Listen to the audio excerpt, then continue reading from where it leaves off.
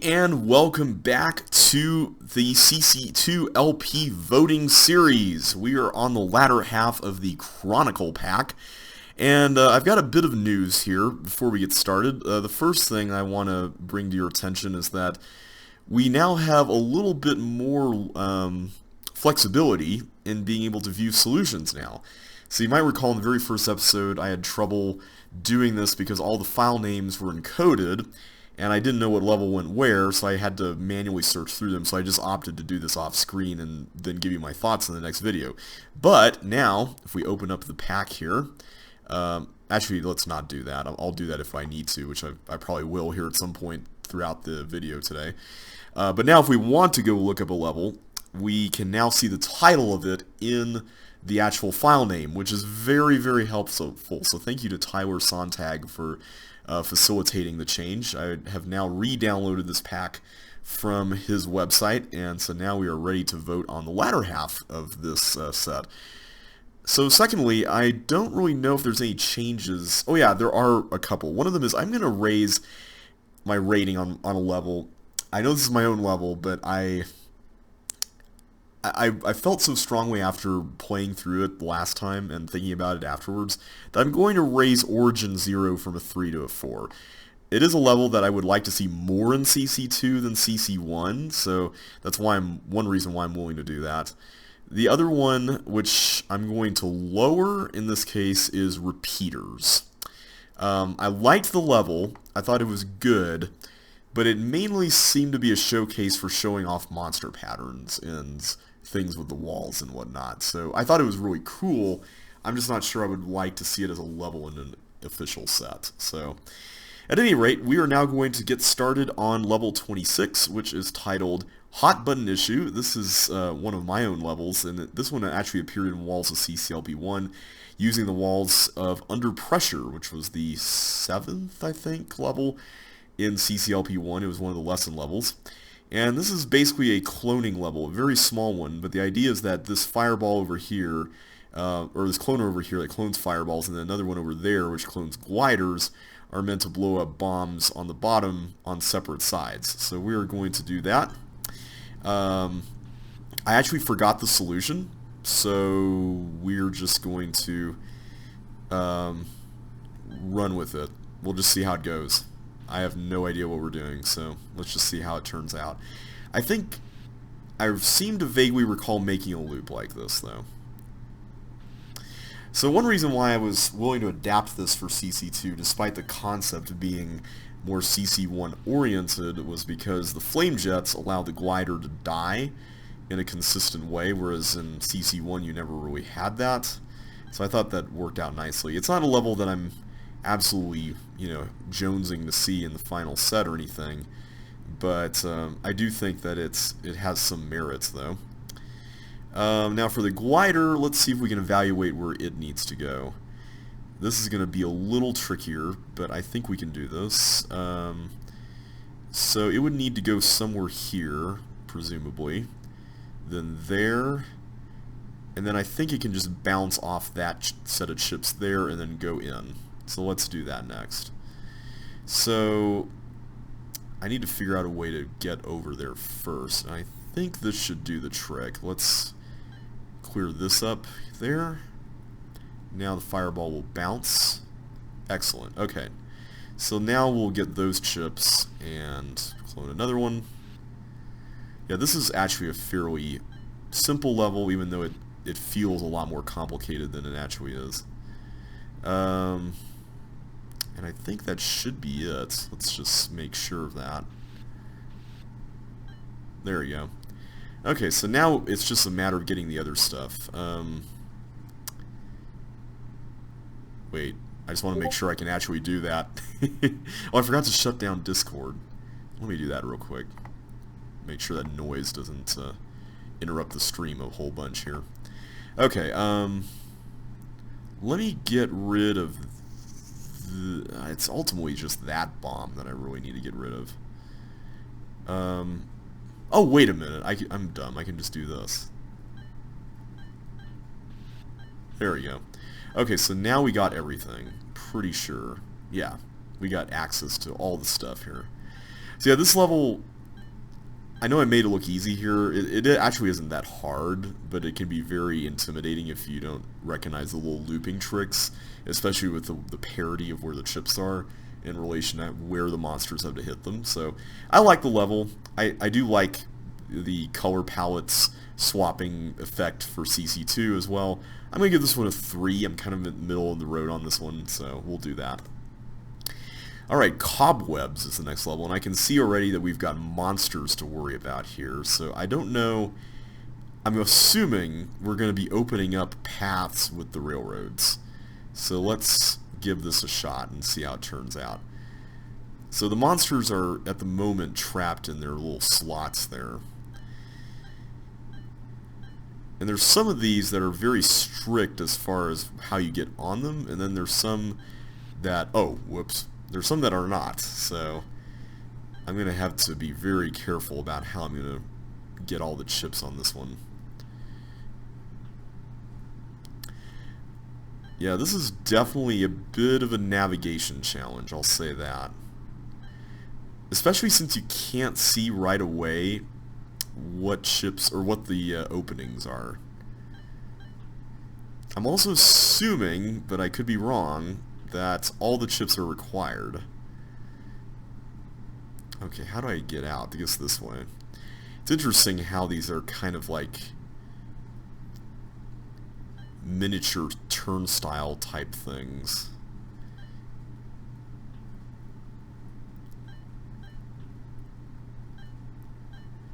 Alright, there we go. There we are. Alright, I'm going to get all the chips. This could be a really bad idea, but I'm going to try to get all the chips that are not guarded by bugs. Let's try to make it happen. And then we'll see how many we have left. Okay, we got all that. We haven't been up to this side of this area. The good news is that we've got a pretty generous looking time limit. I just don't know how to cross over there. Can I even cross over there without getting that? And it looks like the answer is yes. Okay, let's... Whoa, whoa, whoa, whoa, whoa, whoa, whoa. Get out of there. Ah. That was a mistake. Get out, get out. Oh, hello. We have a loop. Okay, that's not as bad. I just have to be really careful if I cross the loop. Okay, so it looks like all the chips are indeed required. I guess that was kind of wishful thinking on my part that they weren't. But if I can get the monsters in loops, that will be great. I think these particular monsters are more apt to do that, considering that that's kind of their whole shtick to begin with. Oh boy, that looks bad, but let's see if we can avoid a situation. I don't know if the bugs are going to behave differently just by virtue of being left wall. Okay, good. They do not. That's nice. I didn't know if there was like a prioritization in the move order when it comes to going through railroad intersections, but I like the fact that the railroads are varied enough that maybe they make that possible by default. So, yeah, we definitely have exactly the number here of chips left that we need to get. Let's just run away, run away. Speaking of that, I recently rewatched Monty Python and the Holy Grail, which I hadn't seen in a long time, but it's always a fun movie. Alright, let's go and get the last 8. Are there exits in all the corners? I think there are. Okay, let's go over here. I guess if I just hide here in the middle, it's fine. Yeah. Okay, so this ended up being a lot less intimidating than I thought it was going to be. I thought this was going to be, like, really, really hard, but thankfully it was not. And that was kind of a relief. I just need to figure out how to get over to the 3 chips there. I should actually look at which direction they're facing so I don't go into a bug, but thankfully that did not happen. So that was pretty cool. I liked that level a lot. I'm unsure of what rating to give it, though. Let me think here for a minute. I like the idea. It was kind of a bit repetitive, but It was pretty well scaled, which was good. I liked that part. I kind of wish, though, at the same time, that there was a little more variety in the sorts of extractions you did, rather than just repeating the same pattern in a radially symmetric way. So I'm going to give it a 3 out of 5. I thought it was a good level. Alright, Aqua Castellum. Interesting title. We have a glider. I see we have multiple characters in this level. Let's see what we need to be doing here. I don't know whether we should collect these chips or not. I'm assuming we should. But you never know. Okay, so that just acts as a turnstile. And I see that's the exit, but we don't want to go there yet, so... Okay. I see there's a thing here. I don't know if Chip is supposed to do something specific compared to Melinda or what, but let's just experiment for now. So now we'll shut that off, and we can now freely do this. So I see now Melinda can follow us and hold down that flamethrower thing. I'm just going to get all the chips because, frankly, I don't really see any harm in doing that. I think that'll be fine. I noticed there are 2 ice skates up there, as well as... Oh. Okay, so I think the objective of the level is that we're supposed to get the ice skates and then use them to get the glider into one of the bombs, I think. I don't think it's possible to do with this block because it's stuck there. Alright, I am not going to use the pop-up walls. I don't think that'd be a good idea at this point. So let's go... Chip has the blue key. I'm guessing it's Melinda that needs to go in anyway, so let's go ahead and do that first.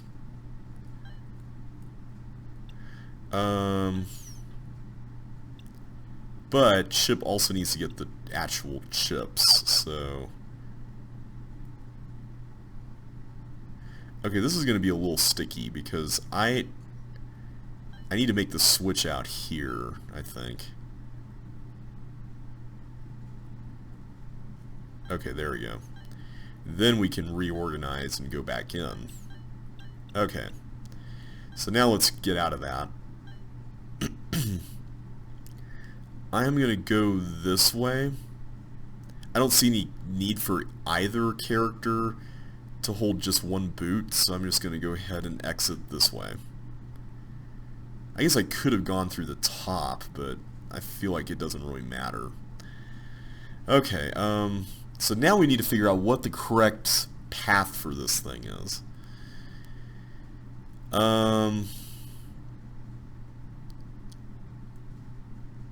I feel like if it gets on the outside, that's bad. Yeah, I don't see any way around that.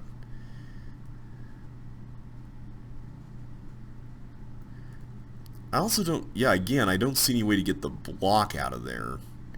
So I don't think that's happening either. I'm wondering if it's possible to place both of the skates down and then maybe move one of them to a spot for later. I don't know if you can do that, though.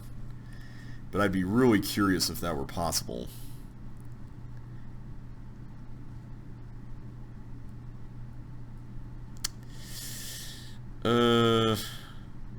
Yeah, this is kind of a little tricky. I don't really see a way that this can be... Because either edge leads to death, so that's not good. I'm just going to look around a little more, just to make sure I didn't miss anything. I see a thing there for the end. I don't see how you can get across, though, with both characters. But I guess we'll have to cross that bridge when we get to it. I see there's a water tile there, though. It's interesting. Can we make anything else out over here? Oh, there's an ice block. Ah, fascinating. Okay, let's stop goofing around. Yeah, so if I put a skate right there, where I was just standing, that's not going to really help. is just going to go right into that. If I put a skate right here, that's also not going to help.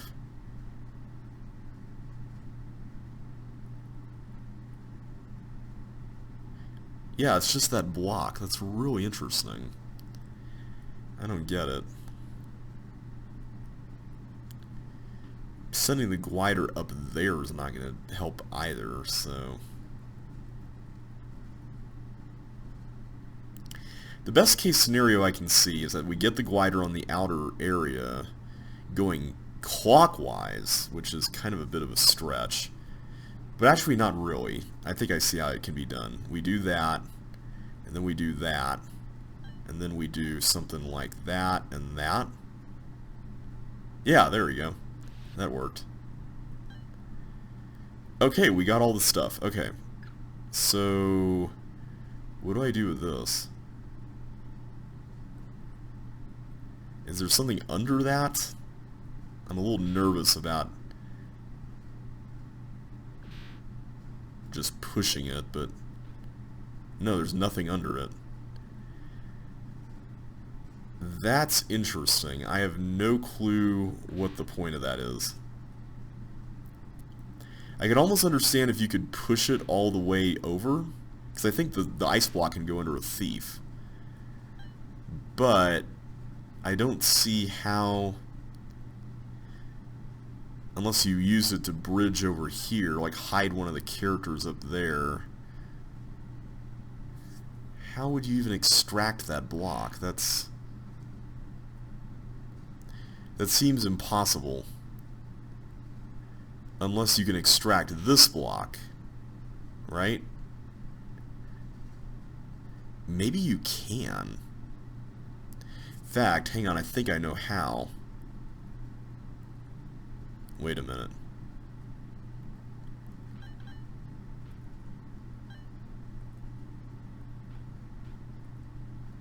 Can I actually do this? If I can do this, that would be amazing.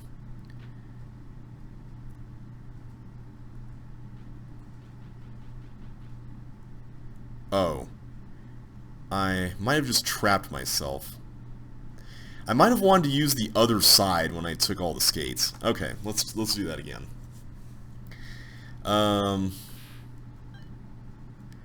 This is a really cool setup, though. I like the way it works.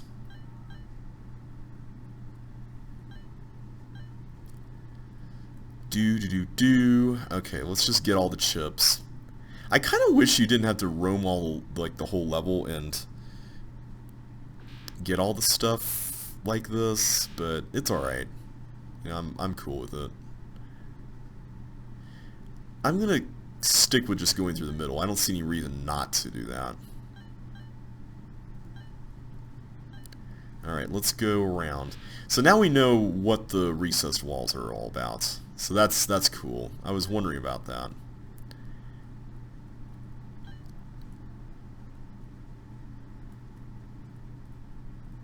Let's go there first, then we do that.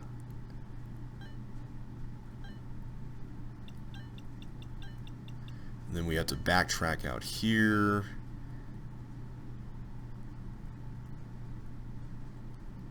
Wait a minute.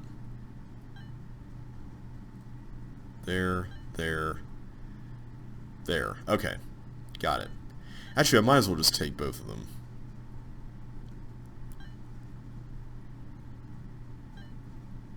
Okay, there we go.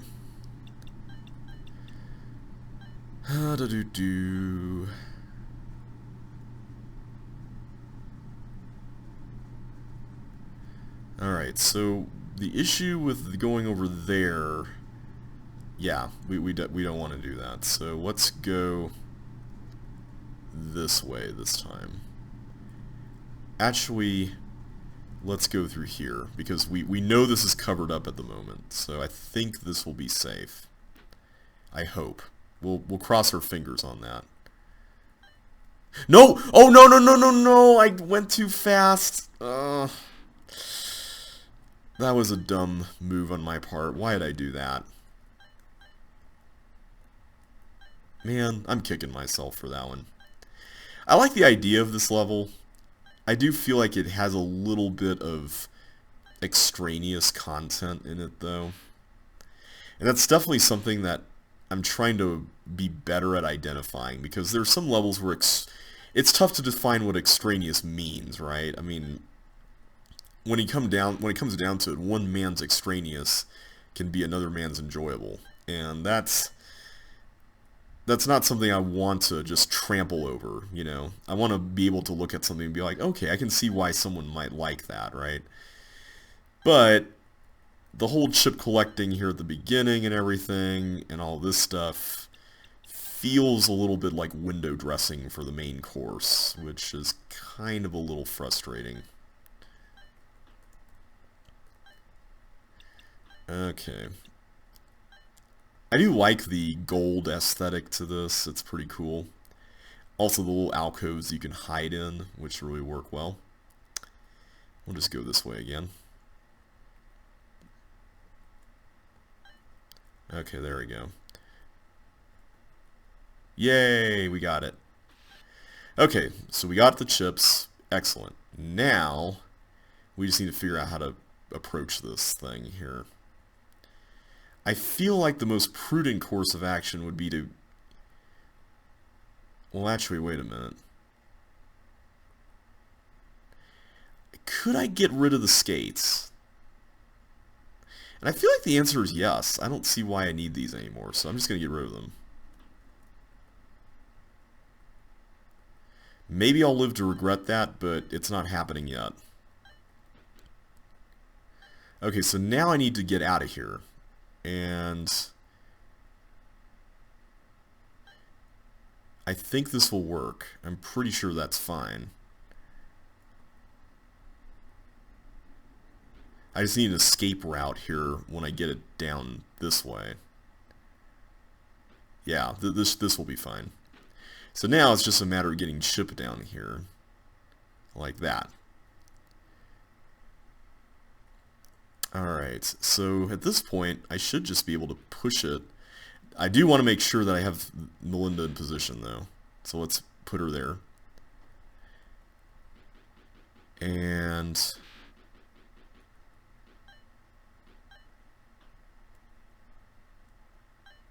there we go. Okay. So with that done, is it just a matter of doing that? I think it is. Yeah. There we go. Okay, that was really fun. I liked that one. I'm going to give that... Ooh, man, I feel conflicted on this one. I don't really feel strongly about it either way. I do think it's a pretty neat puzzle, but I feel like it could have been a little more puzzle and a little less busy work. So I'm going to actually give it a 2, but it's a very high 2, so that is not meant to be like this level is really bad and you should be ashamed of yourself. Like it is a level that I had fun playing. I'm just not sure that I'm just all that jazzed about going to see it in like the next official CC2 set. So that's where I'm coming from on that one. But anyway, moving on to Nope. Okay, I see we're going to get a helmet, so that's nice. But this, I guess, is a teeth. Okay. Yeah, that's getting a 1. That's... I have no idea what the point of that was, but okay, that was a thing. We're going to give that one a 1. Alright, moving on to save changes to Untitled. Is that like a message you can get in CC2? I forget, but we're going to play this level. Save changes to Untitled. Let's see here. Now, do I want to get the red key? I'm assuming the answer is yes, so let's do that. Open file. I mean, I don't know why I would want that to be closed. Is this just an item swapper? Is that all that's going on? Write to file. Okay. Oh, I can just go through here.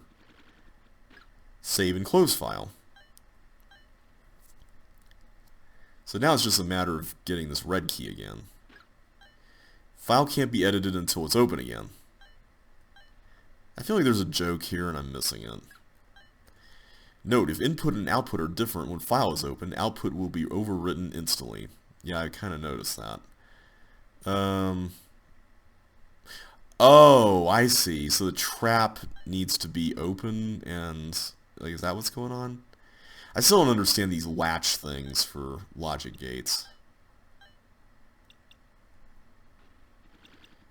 Don't tell me this is like unwinnable now that I... Okay, good, good. Okay. I mean, I don't quite get it, but I'm going to give that one a 1 as well. Okay, so moving on to the keys to unlock a maze. What do we have here? I see we've got a green key opportunity right there, but I think that's a trap, so I'm going to avoid that. I've got a yellow and a red. Where do we even use these anyway? Can I even get to a green door from here? I don't see a way. Unless I'm just missing that. Oh wait, here. So I could have gone to the green door. Okay, I thought that was a trap. My bad. Okay, so I need to get blue keys. I see how it goes. Okay. So this seems to be a pretty generic item swapper, but with green key walls, I guess? Don't tell me I'm going to have to unlock that. Please tell me I don't have to unlock that.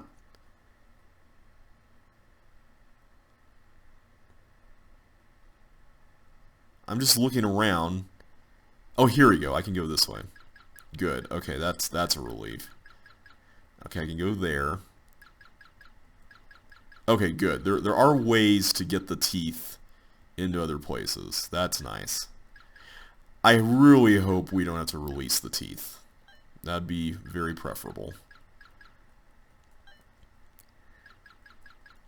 Okay, I think the idea is that we're supposed to go around, not release the teeth, which is quite a relief, and then we have a bunch of red keys we can use later.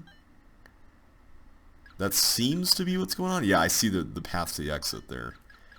Okay, so, and we have a pretty tight time limit in which to accomplish that, so let's get a move on here.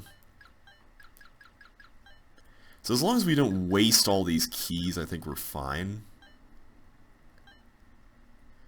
I think I missed some, though, so I want to go back and get all that. I wonder if there's extras. I would be curious about that.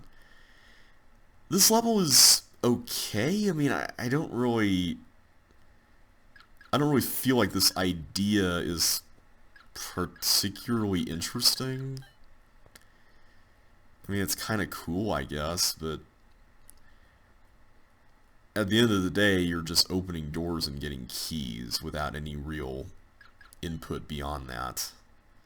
I also see there's another red key down there. I don't know if we have to... Oh wait, here we go. There's a blue key that allows us to get that. That's cool. Okay, so we'll go down and get this, and then we'll run back to the exit. Okay, so all in all, this one was not super great. Not a level that I really want to see in the set, so I'm giving this one a 1 as well.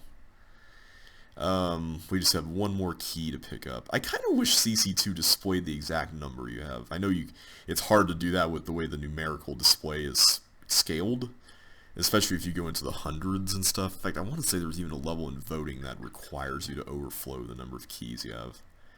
But we'll cross that bridge if we get there. Okay, so we did need all the keys. Okay. So that is the keys to unlock a maze. Alright. Decisions. Go up or down. Both directions have the same final result. Is this kind of a choose your own adventure kind of level? I'm going to get these because that seems to be a useful thing to have.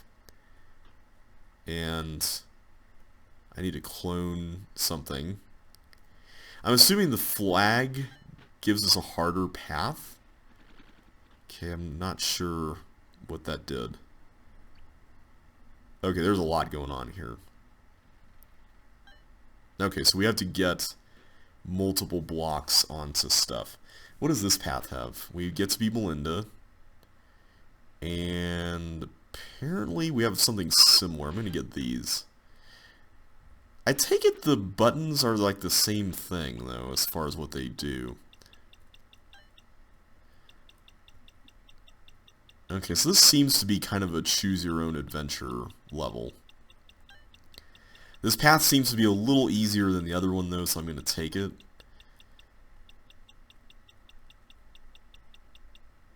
Okay. So I can't really get through that, can I? Oh, wait, no, I have... No, that's flippers, never mind. Oh, I can go back. Oh, I see. I see. So I can build a bridge. Oh. Can I, though? What? What am I missing? Missing something. I need my blue key unless I can hit that water tile there with a block. I'm not even sure I can do that. Like, how would you even accomplish that? Can I go through here? No. Yeah, I'm not quite understanding this unless... Oh, wait, I can get a bribe. That's right. That'll help. So maybe it's not a choose-your-own-adventure level. Okay, so I need to just be careful with the dodging here. And that was a fail. Okay, I like this path more with Melinda. So, we do that. We do this. It doesn't really matter that I fill that in, so I'm not even going to worry about that. So I think Chipster made this, if I'm remembering correctly. It's interesting because it has the title of an original CC2 level, which is... I'm kind of surprised by. I feel like most people know what official level titles are now that we have like a wiki for all that. Or is it wiki or wiki? Okay. How am I supposed to get past... Oh, I'm supposed to go this way. Okay. That's interesting, though. That's the only thing available there is that one chip. So I can just get that and still have the same result. Huh. So I don't see any reason to get the hiking boots. I'm not even sure there's a way to get the hiking boots without any consequences, because you need the bribe. So if I got the bribe and then got the hiking boots, then I wouldn't have the bribe available for getting past the thief over here. I keep forgetting bribes apply to both types of thieves. That's something I really need to do a better job remembering. Okay, so there really are just only 2 walkers there. Alright, we got that. Now what?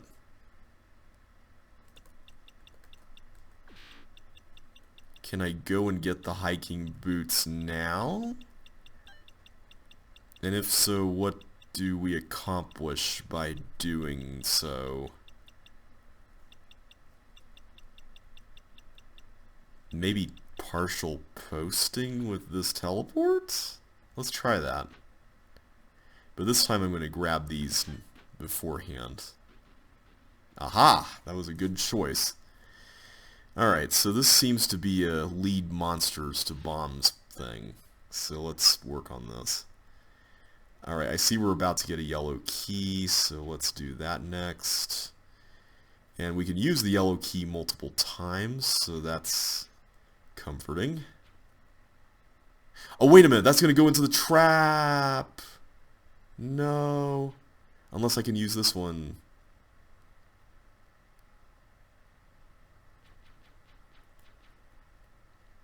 Is that all we actually need, or do I need like another one? Seems like that's it, actually. I've got all these. I don't really see a way to exit out of this room, so maybe we didn't actually need this. But I'm beginning to wonder if we needed a partial post to this, though, which could be a problem. And I think the answer is yes, considering the exit's right there. Ah, I should have seen the same trick coming again. Wait a minute. Wait. Hang on. Let's do that. Right? And then we'll do this. Ah! Yeah! Alright. That was cool.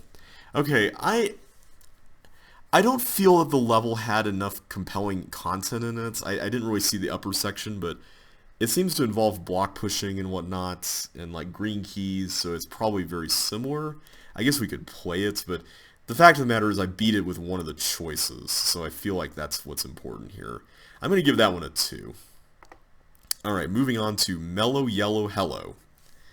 I know that's a lyric in that Colors for Extreme song, I think it is, where we have green of tourmaline and orange of the fire, which are both Josh levels, and then there was something else, but then there was Mellow Yellow Hello Hello or something like that. Okay, so we got that. I take it we need to pick these up. So this seems to be a yellow teleport level, I guess. Let's actually, I need to set this up a little better. Let's do that instead. I want to make sure that we can retrieve the teleports as needed. Okay. So now the glider's gone down there, and now I need to get this block situated here. So let's do that first. There we go. Oh, that may have been a mistake. Yeah, I think that was a mistake, guys. I can't get it over there. Okay, so we don't want to do it like that. I'm definitely liking the idea of a yellow teleport level that better teaches yellow teleports. 'Cause I really like the ones in the original CC2 game, actually. I know some people aren't really big fans of them, but I feel like they didn't do the best job exploring yellow teleports. Whereas this set has an opportunity in that regard. And I think what we need to do is we need to bring this operation out here. I think that will help isolate things a little better. So now we'll put this guy there, and then we'll put this one over there. Okay, that makes it significantly easier. Okay, where do we go next? I see we've got a thing there. So we need to build some escape routes here that we can then go back through. So I'm going to have to keep one of these there, namely that one. Alright, do I want to get that key? And I think the answer is no.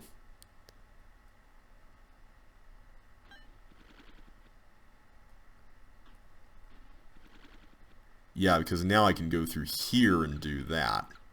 Excellent. Okay. So let's go back, get our teleports again. And this time we'll go here. Okay, so what is the ultimate purpose of this? We have both a block and a tank. And I'm assuming... Oh, that doesn't actually reverse the tank. Okay, so I have to assume that that button does nothing because there's no reversible items here. So let's put... Wait, why did I do that? Let's put that there. Like that.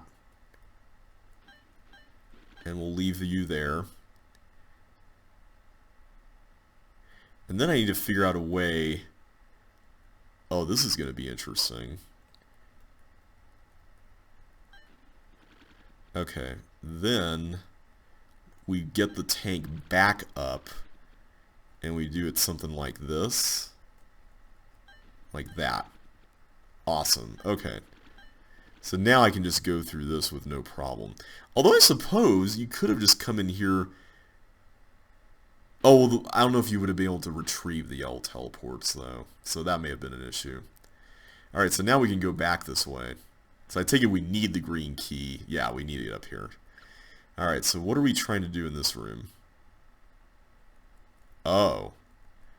I see. We're trying to create a yellow teleports loop for this guy, huh?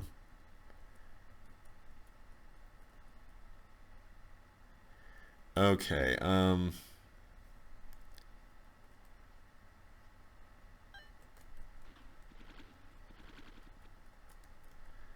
am I gonna do this? Is this gonna work?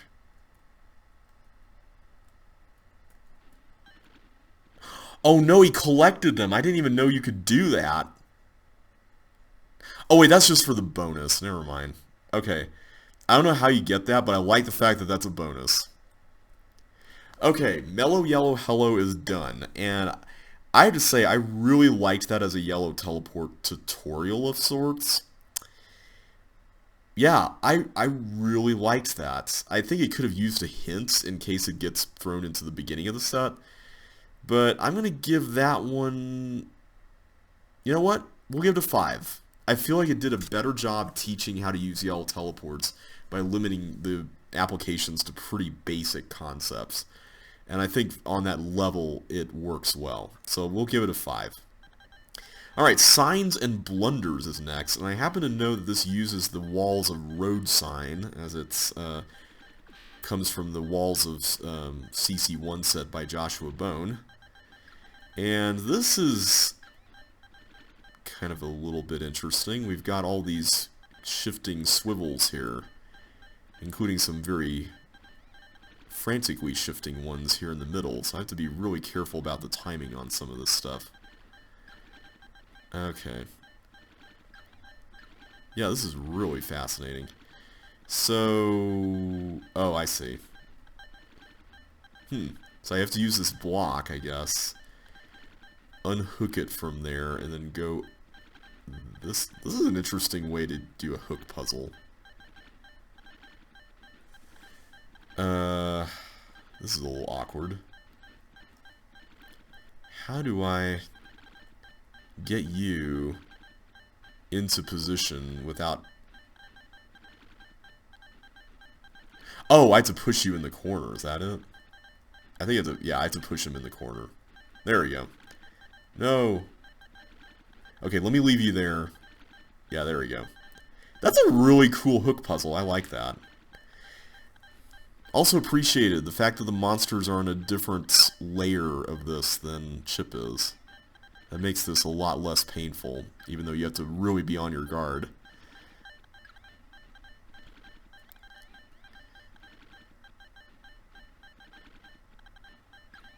Yeah, I've never actually played this level before. I saw it in the editor, and I'm like, that looks interesting, but I have no idea what this actually entails, so I'll reserve full judgment until I actually play this. The Walls of set, it's always going to be a mixed bag, you know. There's some levels that work well as new wall patterns and re-implementations of existing wall patterns, and then there's some that just are a little awkward to work with. And Road Sign is one that I would feel is kind of a little awkward to work with, just because it's got so many varied bits and pieces to it. But I'll see how it goes here. It looks like we've got... What in the world is this? We've got balls. And I don't know if we're supposed to, like, push the balls up here? So what exactly do these control? And what am I even... Oh, I see. I have to get them to hit these, right? Is that the play here? I don't know what the key up there is for, but I'm assuming we get it after we're done with the helmet. And I'm just going to check to see if there's any other... Okay, good, there's not. So I can't take the helmet out of this room. So I'm assuming that everything I can do is limited to this. Alright, so let's push you... Yay, there we go. There we are. Yeah, you go up there. You go up there. So I hope these are open long enough for us to travel through them, because I know we've had issues with this whole concept of getting... Uh-oh, don't tell me I had to, like, desynchronize all these. I think I do. That's a really interesting concept. Okay, let's wait on this one. Yeah, there we go. There we go. Good. Alright, good job. I don't know why I'm so worried. It's not like they can kill me with the helmet on.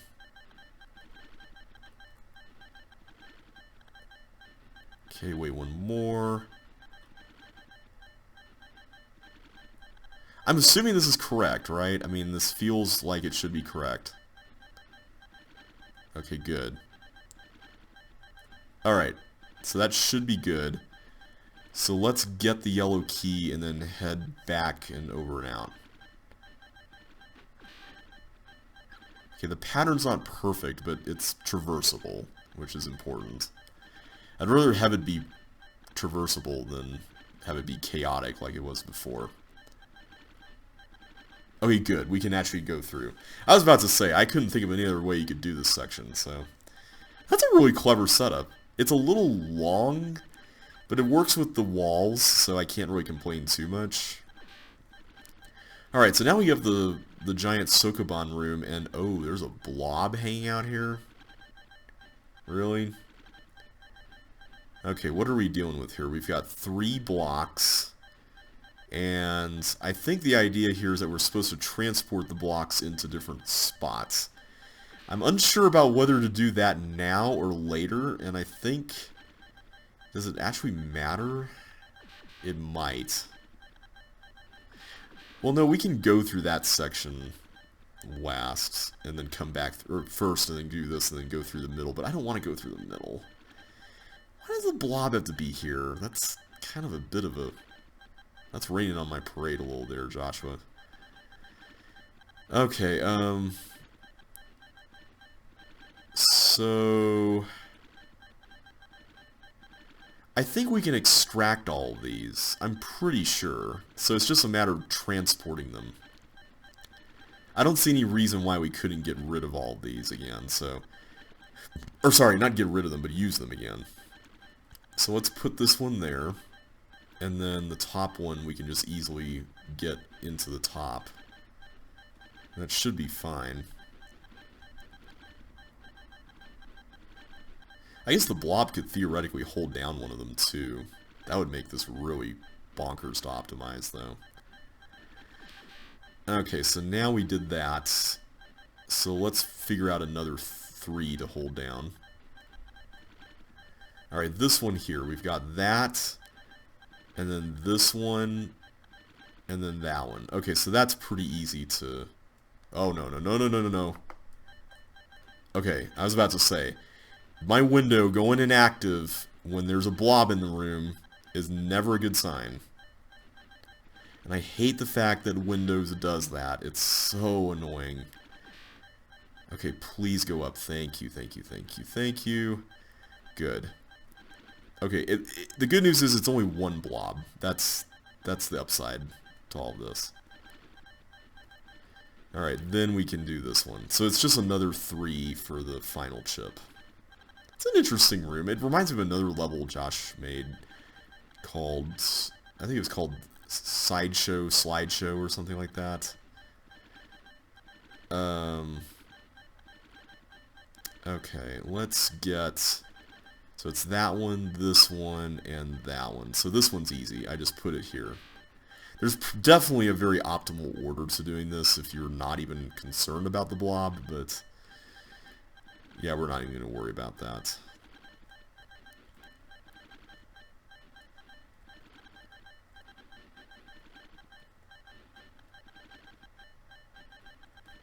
I was going to say, if you're threatening to come over here, you've got another thing coming, blob.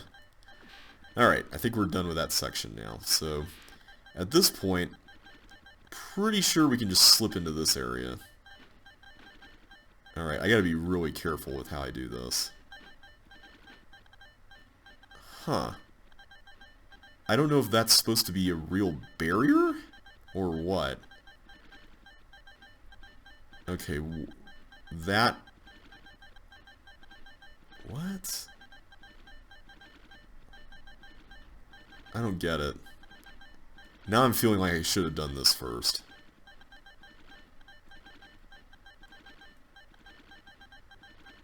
Oh, I see. Okay. Yeah, I see how it works.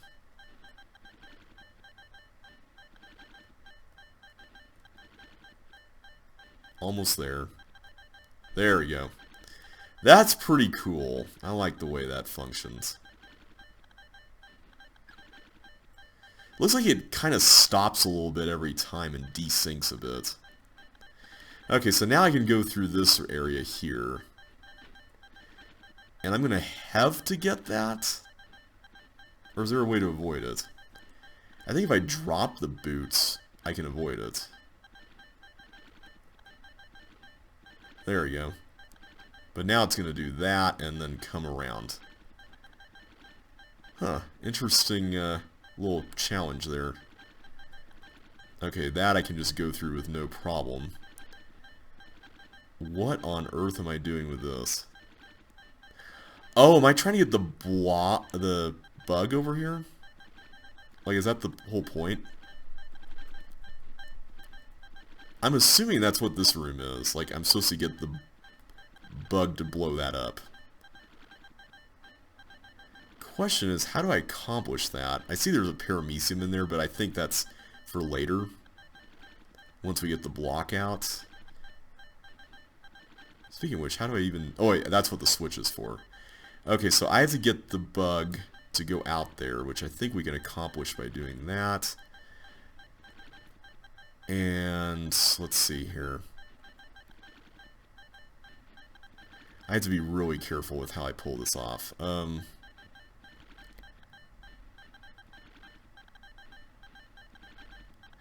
wait, I can just remove this. There we go. Okay, so that should do it. Awesome, okay. We can now open this, and then we can get the block out. So this will allow us to carry the red key back. Although, how in the world do you leave just... I guess it doesn't matter which one. I can just do that. And then it's just a matter of going in. There you go. So now this is just that. There we go. Okay, so we managed to escape the section there. And is that it? That's it. That's Signs and Blunders. That was really interesting. I don't know how I feel about that one. I feel like the lower left section was kind of tedious, and the blob was mainly just there to keep us on our toes. The lower right section was a little oversized for what it was trying to do. The upper section, I think, was actually one of the most interesting parts of the level. Both the hook puzzle and then the stuff with the bug. So it was about half and half. I'll give it a 3 out of 5. I think it was a fairly decent one. Alright, we're going to move on to a Man of Many Layers. I think this is also a Joshua Bone Walls CC1 level, and I think it uses Morton's walls, if I'm not mistaken. Or at least Morton's layout might be a more apt description of it. But it's definitely different in that you're kind of having to navigate a flow of monsters here. Sort of like Beware of Bug, in a way. Oh, right. Thankfully the maze is entirely visible, which is definitely a plus. Just have to be really careful not to make any boo-boos here. Okay, I'm just going to wait. Yeah. I don't know how frequent they are either. Okay, now we've got a green wall area, but that's a dead end. I like the way the ghosts and the normal walls are used. Oh wait, is that supposed to be a hint? It is a hint. Okay, cool. That's pretty neat. I like the way the arrows are used so that you can actually look at the way to go instead of having to guess around for it. Little touches like that I will not say no to. I think they're very much a plus in a level like this. And it looks like the middle section just got converted to the exit. So that's a bit of a difference between this and the original. I will say, on the whole, I like the idea of this level. I just wish it used a different layout. Like, I wish this wasn't Morton. I wish this was something else. Not to mention that it's really easy to just make a mistake if you're not really careful. Okay, 8 chips left. Good, good, good. Okay, that's a dead end. No! I pressed right before it came, but I've had a split second of panic beforehand, guys. I shouldn't have choked. Oh well. Alright, so now we're probably gonna be super reckless with this. Okay, so this is clockwise and this is counter. So I just need to be really mindful of which rings go clockwise and which go counterclockwise. I think we can afford to be a little more reckless. We just need to be very responsive when the situation demands it. That's clockwise. So yeah, as long as I'm cognizant of what the directions even are, it's not as bad. But yeah, the being cognizant part can be a bit challenging. Yeah, and that's counter. Yeah, like that. Like, I completely didn't even recognize that that was counterclockwise when I should have. This is a dead end, right? Yeah. You know what? I'm going to save that for later. And there you go. It happened again. But yeah, this is the sort of thing that I feel like works really well with CC2, just because you have this variety of floor types and mechanisms that you can use to gate chip off, basically. I don't really feel inclined to give this a very high rating just because it just copies a maze layout from the original game, which that's a little iffy for me. Like, I like the idea of the level, I just wish that and I really like the fact that it feels different from the original game. Like, that's important, because here in the original Morton, you're threatened with this constant threat of this one monster who could escape this, you know, confinement, and then your safety is jeopardized as a result. You know, that whole idea is really cool. But here, there's monsters everywhere, going here and there, and it's just like, whoa, you know, I need to actually look out for monsters, you know, and be really careful and mindful about what I'm doing.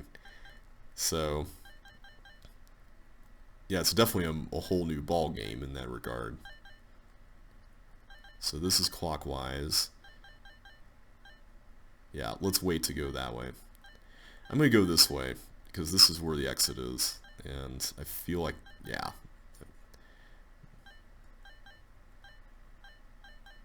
Let's go this way. Oh boy, that was bad. That was a bad idea.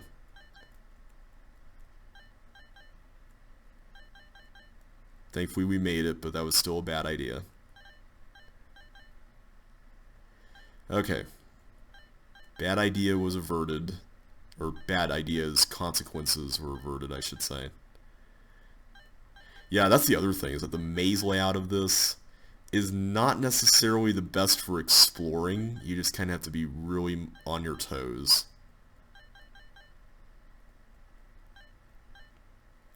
I think we got all the stuff there. I'm pretty sure. We just have to go around this way. So we did not look at this area last time.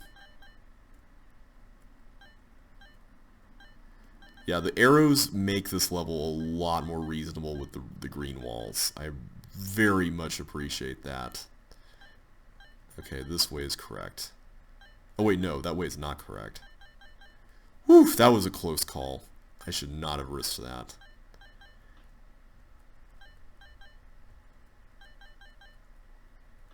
Okay, this is the end. I'm pretty sure we're all safe from here on out. Okay, there you go. That's a man of many layers. I'm going to give that a 2.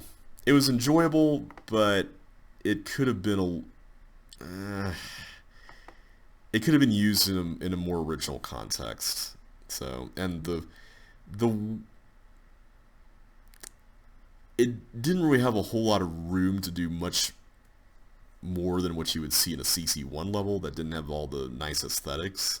So, yeah, I'll give it a 2. Alright, Fandango! Oh, hey. You're switching things.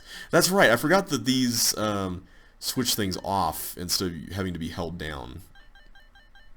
Alright, so I can't go there. I can go up there, but then it switches here. So is this just an item swapper, or is there more? I see we've got hiking boots here, which means we've either got yellow teleports or bribes that are going to get involved in the equation at some point. So let's be on the lookout for those. Okay, so yeah, we've definitely got an item swapper here. Alright, so we get a bowling ball. What do we do with that? Can I use that here? Oh, I can! Ah, okay. I didn't even think about that. You know what? I'm not even going to think about how I'm doing this. I'm just gonna roll the ball and hope for the best. So let's do it. Because it will just keep cycling through here, right? Yeah, there we go. Alright, so I'm wondering if that bowling ball can be used to get the other items later on. I'm hoping it does. But at the same time, I'm hoping not, because it's kind of a little tedious to think about that. Okay, that looks a little intimidating. Iron Maiden of Death there. Okay. So wait a minute, what are we... Oh, I'm supposed to do that. Okay. Got it. So I gotta make sure the bowling ball rolls across like I did there without any... Whoops. Adverse effects here. Okay, good. Alright, so that's another chip down. I don't know if we're actually supposed to take... Okay, yeah, I think we are supposed to get more boots here. So let's go back and trade these in for more. I noticed that there was a pair of suction boots, so let's go for that next. Normally my mind would be blown by that concept of the bowling ball cycling between items, but I feel like there's other levels, including some we haven't even played yet, that handle the concept in a more interesting way, so I'm not really like head over heels in love with this per se.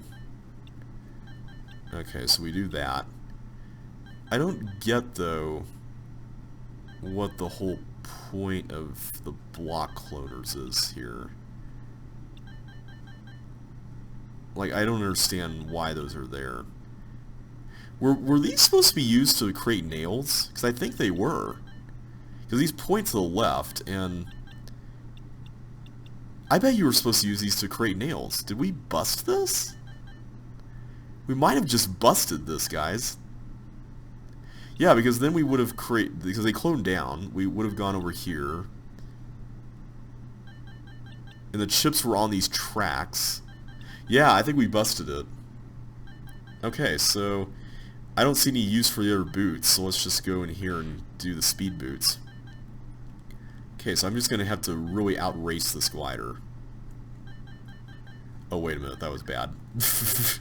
But we made it, so all's well that ends well, right? Oh, no, I couldn't have gone through there because I'm Melinda, of course. I don't know where a green key is. Like, I actually don't, so... Exit? I guess we're exiting. That was okay. I didn't really... I'm not really a big fan of that one, so I'll give that one a 1. Alright, so moving on, we've got Great Train Robbery. I have actually played this level before, but I didn't solve it. I made a mistake very, very late. Routes that lead to fire are marked, so make sure you have a plan before riding them. Don't let the robbers take your fire boots. Okay, this is another Joshua Bone CC1 walls level, and this one actually uses the walls of, or the layout, I should say, of South Pole, which is really interesting. And the idea behind this is that you're supposed to create spots where you can drop fire boots, basically, on this whole network, which is really interesting. I really like it. So you kind of have to use a bit of observational skill to plan out stuff, which is pretty cool. I like that idea a lot. So like from here, let's take this route as an example. This crosses with this one, so we would need to leave the fire boots there. I'm not sure of what to do beyond that, though. So let's take a look around. Is there anything else we can do with this here?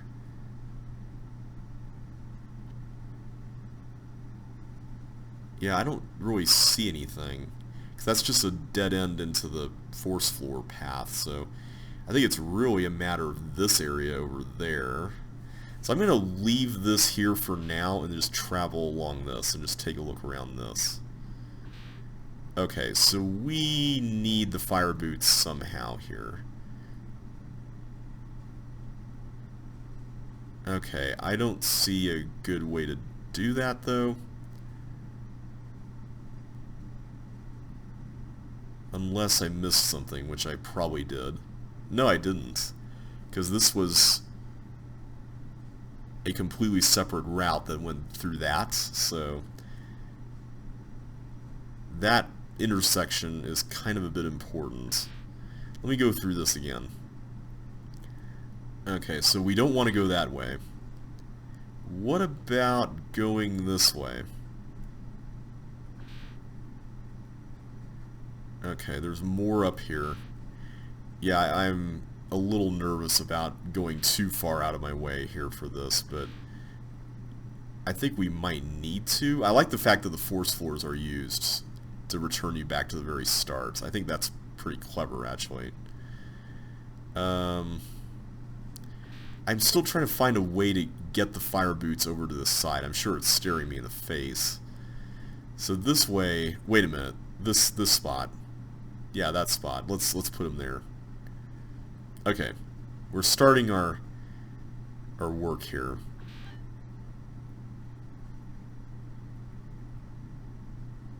So yeah, that spot is fine. So now we're gonna die. Okay. I was completely misreading that. I need to do it on the way back, not when I'm on my way there. Alright, so this time we're going to go down this route. So that force floor path is just to return back. That's really the only reason that's there. Oh. I thought I'd be able to make some use out of that. But now I'm going to have to drop them off somewhere different. Can I actually salvage this attempt? I don't think so. Actually, wait, no. I can go back. I can place them somewhere else. Somewhere like there. And then I can go back this way. Yeah, this is definitely really complex and interesting. So let me think this through. So really, I'm trying to get the fire boots. I like the fact that this is testing your observational skills. It's a really interesting challenge in that regard. So if I go this way, I actually think that might be the better play, except I did the exact same dumb thing again. Okay, once we get past that, I'm hoping that will mean a little more success for us. So let's go there. Let's go here. Alright, this time we're actually going to go this way, toward where all the chips and networks are. Alright, so here...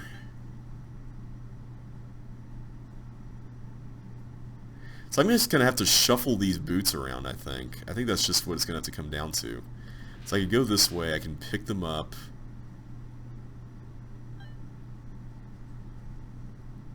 Let's just drop them off there, I guess. As long as I'm careful about where I go, and I don't walk right into fire like I did sometimes, I should be good. And this one's kind of an interesting looping path. I just need to find a way to get the boots, because this is a looping path as well, isn't it? Oh, I see. I go this way. There we go. Alright, so now I can go here and get this. Ah. Very clever. Alright. So now let's drop you guys off there, and then we'll go this way. Alright, 11 to go. Not bad. Alright, so now I need to figure out why did I drop him there? Oh, that was dumb. That was dumb. Why did I do that? Okay. Let's go back here again. I feel like I kind of have a score to settle with this level since I didn't beat it the first time I tried. I was very close to the end. Like, this was years ago, back when it was first made. I was very close to the end, and then I kind of choked and did something silly, and I regret it to this day. One of those kinds of things. Alright, so let's do our little routine here again, because I like the way we were doing this. I think this worked out really well. I like the fact that South Pole has so many looping paths. Like, it's such a perfect use of the space for this concept, and I like it for that reason. Alright, so let's drop you off there and then go here. I got really excited when I saw that one path that was like this one. So I'm going to drop it off there next and see if I can... Yeah, here we go. This is the way to do it, I think.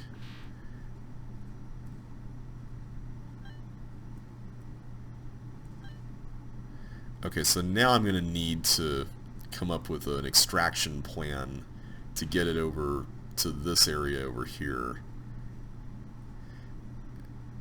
I just love the idea of shuffling this thing around. It's such an interesting concept, and it really forces you to observe your surroundings in some really creative ways. Alright, so now where do we want to drop these off next is the question, and I think I see. We want to put them there. And then let's see here. Let's put them there. I feel like that's a good spot. The question is, how am I going to get over there? And I think... Oh, I have to do something else first. I have to go through that, and then go here, and then go there? Okay, so how do I hop on that line? I feel like I bypassed stuff over here from earlier. I'm very thankful, by the way, that this level has a very generous time limit attached to it. Like, that's a real godsend for something like this. Now, can I use any of these tracks here? And I think the answer to that is no, actually. Oh no, I dropped it again! I need to stop doing that. That's... I don't know why I do that. That's such a silly thing to do.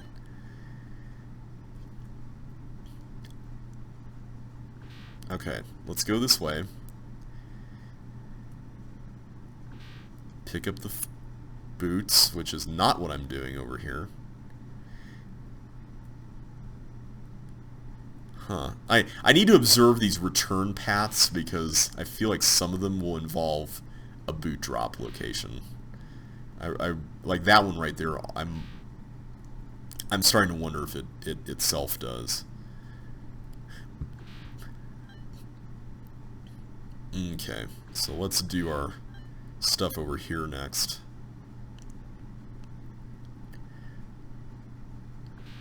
Okay, so now, what was the way? This was the way, right?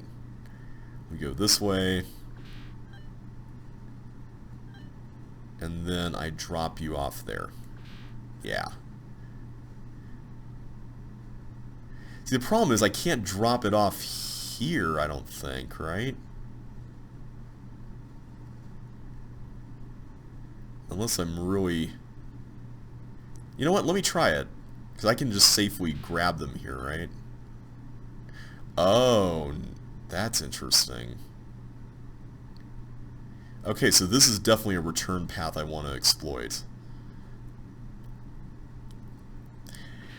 I think one of the reasons why I'm really enjoying this is because South Pole was always kind of a bit of a joke level, to me at least, in that a lot of these paths were entirely pointless, and here they're actually being used. And there is a little bit of inherent appeal in that idea. Like, I really like that. Oh wait, this just goes in a loop. I feel like there's going to be a more complex route to get over to where I need to go. Like this way? Yeah, this way I think is how you do it. Yeah, there we go. So now I can just go here and get the fire chip there. And I can actually escape upward back to where I was, technically. But I'm wondering if I need to do something. Let me look at what's going on with this one. That one that goes down here. Where in the world does that lead?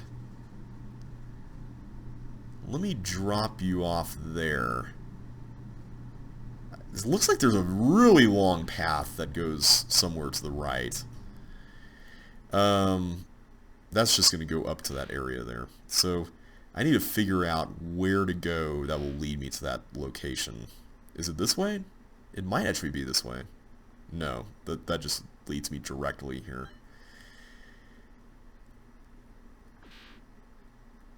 Okay. So I need to go down again. I hear the burp sound of the thieves, even though I have the volume turned way down. How do I get over there, though? I feel like this route leads to a lot of stuff, so I'm just going to keep going this way. Oh yeah, it's this way. That's right. It was the same fork from earlier. Okay, so now we followed the long path. So where exactly does this end up? Ah, it's more. Okay, this is turning out to be really profitable, which is fantastic. And then this is another fire-related path, which goes this way. So we're getting a lot of chips by doing this. So this was the long path that we were wondering about from earlier. Okay, I am feeling a lot better about our chances of survival moving forward here. So I have to take the boot with me back through the whole thing, just because there's all this to traverse here.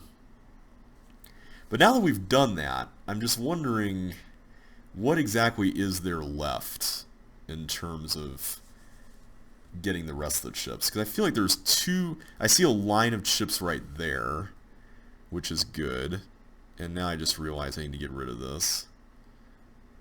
Hang on a sec. Let me reposition where I'm going with this. I have to go to the chip first before I drop it, though.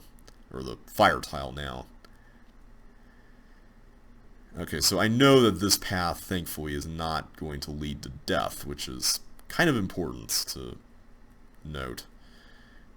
Okay, so let's get out of here by going back to the beginning. This going back to the beginning element of South Pole is, oddly enough, like a really comforting element to this level. Like, I don't know how to explain that. It just is.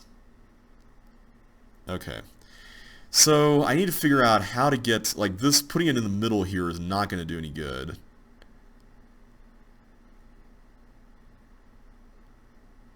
I also need to drop it off before I get back there. Oh, I see what I missed. I need to work it over here again to this location, and then we'll maneuver it out this way again. And now I forgot yeah, here it is, that tile. Oh no, that was a fire! Oh, no, no. Ah, I need to pay better attention. That's all my fault. That's entirely my bad. I keep ignoring those things, and I shouldn't be ignoring those things. Oh, man. Why did I do that? That's so frustrating. That's me. That's not the level. That is not the level. The level is very clearly marked. In fact, I'm so thankful it's clearly marked, because my goodness, this would be a nightmare to solve without that guide in place. I think those were added in a later update, if I'm not mistaken. Like, because we discovered how to add those railroad switch things even without the actual need for switches, I want to say was how it kind of came about. Okay. It was this way, right? Yeah. But yeah, I'm going to solve this no matter what, because this level is amazing. And I do need to drop that off there. Let me drop that off there so I can do this bit here. And then we'll go this way. You know, I do need to get that ship over there because I didn't do that last time, so why don't we do that, actually? I don't want to have to make a whole separate trip back here later on. So let's do that. I think we just go this way. Yeah, this is definitely the correct path. Okay. The 10 by 10 window of CC2 is also a very convenient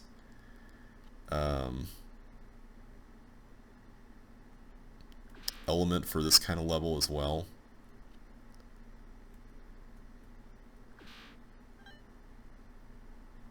Okay, so I think what we did earlier was we just did that, and then we navigated back to that thing. Alright, so we need to repeat what we did earlier, basically. We just need to go back to that spot, and we'll take care of that little bit there. Now I just need to remember how to get back to that spot. Why do I keep forgetting this? It's this, isn't it?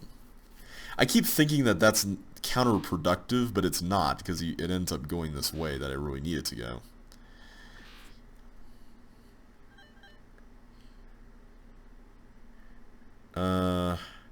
Now how did I set this up? Oh, that's right, I put it on that track, didn't I? So I need to get this here again, and then I need to go back, question mark?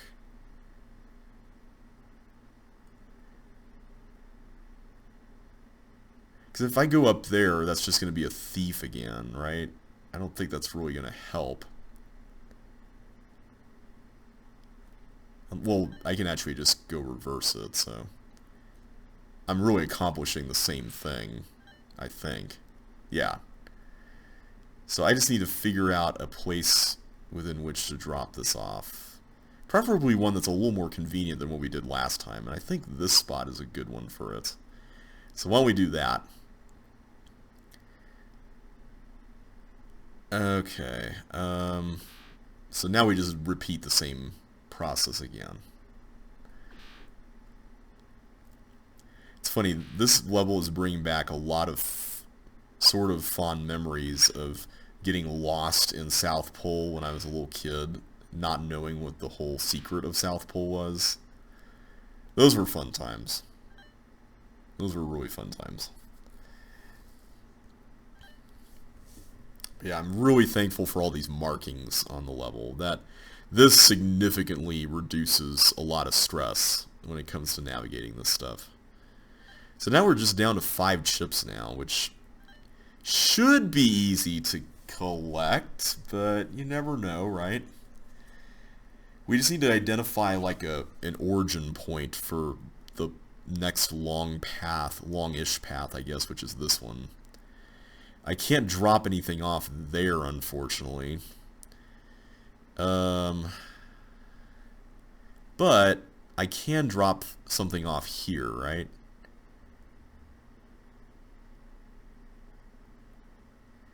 I hope this is fine. I think it is, though. Yeah. Okay. So now we go back. Yeah, this should work. So I'll get it up here, put it there. Oh, wait a minute. Maybe this is not going to work. Yeah, because this spot is actually in between the two chips. And there's no other loops that intersect with this, so this was a bust. Alright, so let's... not like a bust in a quick solve kind of way.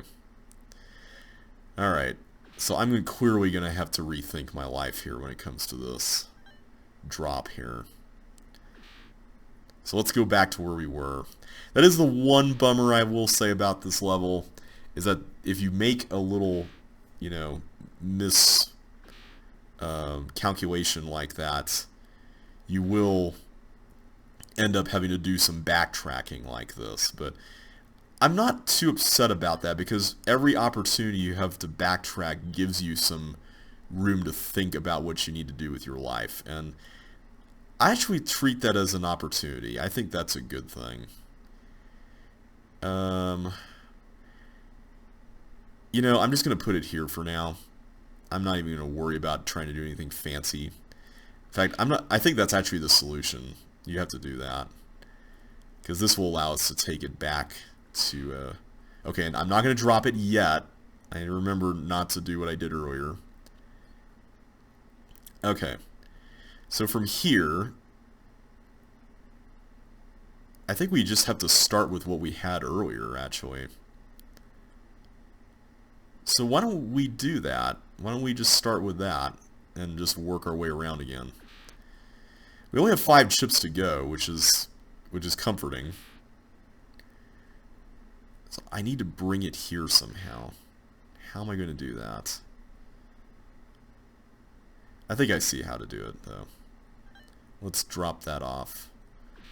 And then we'll pick it up and place it over... Okay, I'm going to need to get it over here eventually, but for now, I'm going to put it there. Let's do that.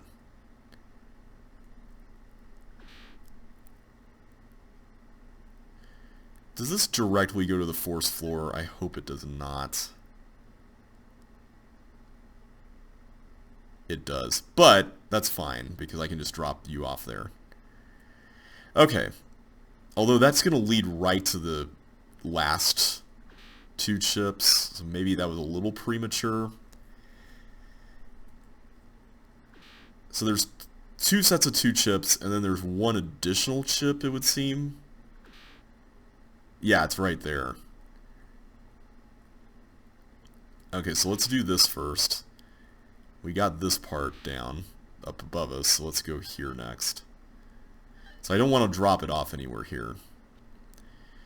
Let's move it over here, actually.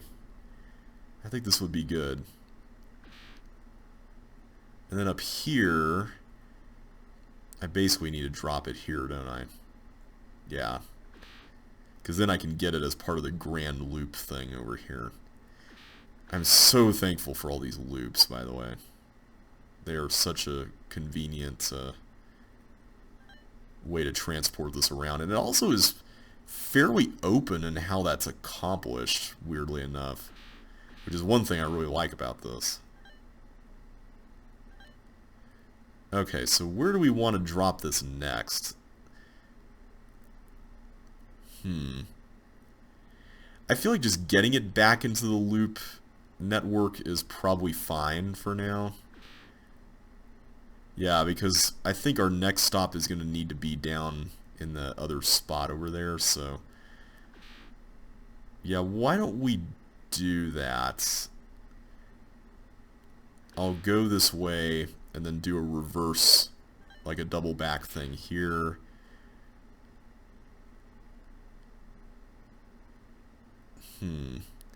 My only real problem with this area is that I don't see a way to get it on the track up here, because that's not a reversible path, right? Am I missing something with that? 'Cause I feel like I need to do that, right? let's leave it there for now. Because the ultimate objective, hang on, if I'm reading this correctly, I'm trying to get it onto here, onto this. But I can't backtrack with the boots and go back because that path leads right into the force floor thing. So, can I see anything from this area that suggests a different way? I see that there's a path that extends up there, but I don't know where it goes. So I feel like I need to investigate further on this one. Oh, it comes over here. Oh, so maybe I had the right idea all along. Okay, let's redo what we did a minute ago there. We'll drop this off here again. And then let's drop it off in the path leading up there, because I think that's the key. We need to do that, basically. And then I need to go back here. Okay.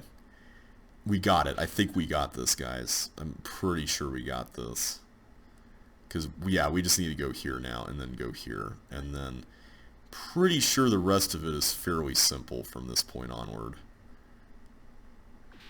So now I just need to relocate this to the spot where we went a little prematurely earlier. Which, I believe, is right here. Yeah. Okay. And with that, I think our work here is done. So we just need to retrace our steps back to that location. Which should just be a matter of taking the route here that we know and love. And going this way.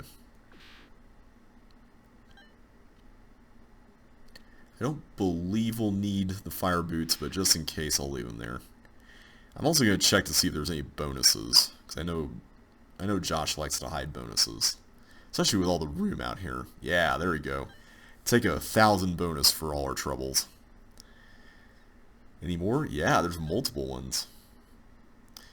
So yeah, all in all, I really love this level. I think it's a very clever idea. I don't think it overstays its welcome. I know some people would probably disagree with that. Perhaps, but I feel like the size of the level is just right. So I'm going to give this one a 5. I absolutely want to see that in the final set. I think it's a great level. I think it explores its concept with just the right amount of exploration in it. It's got some nice little twists with the differing sized paths, the loops, everything involved with that. So very, very well done. I really liked that one a lot. Okay, ectoplasm. Let's see here. I take it we want to get the ghosts inside the bomb because of the door in the way there. And we don't want to kill ourselves doing that, so... Okay, I think I see how to do it. You just have to... Oh, right, those are gonna... Yeah. Okay, let's do that. There. Oh, it didn't blow. I thought that was gonna explode. What? What? And where'd it go anyway? Oh, it died in the flame. Oh. Man, okay. So I can't do that, huh? So I take it this would kill me, right? Yeah. So, how do we do this? I thought they could blow up bombs. Oh, it has to get the keys. I see. I get it. Yeah, that makes way more sense. Of course, or I should say it should be getting a key to do our dirty work here. So, tell you what, why don't we get... Yeah, I think I see how to do it. And that was horrible timing. So we have to get it to actually open the door for us. That's a really cool twist. Nice. Okay, and then we still have one more key left that we can use to do this. And I see there's a bonus we can get over there. And there's a doppelganger up there as well. Okay, so what's next? We got another ghost puzzle here. This is an interesting idea, ghost puzzles. So I take it we're supposed to direct the ghost up there? Question mark? Does this block actually do that? I'm assuming it does, since most other blocks... Yeah. So it took the key and then it opened that up. And now it's going around and toggling stuff. So I take it I want to get the hook first before I do anything else, because I want to unhook that and then unhook that. Or hook that, I should say. Okay. And now we've got another something here. I'm assuming we have to take all these out of this area and move them over here, right? Okay, so the ice block obviously goes there, and then... Although, we could just blow those up, right? Just the two bombs and that's it.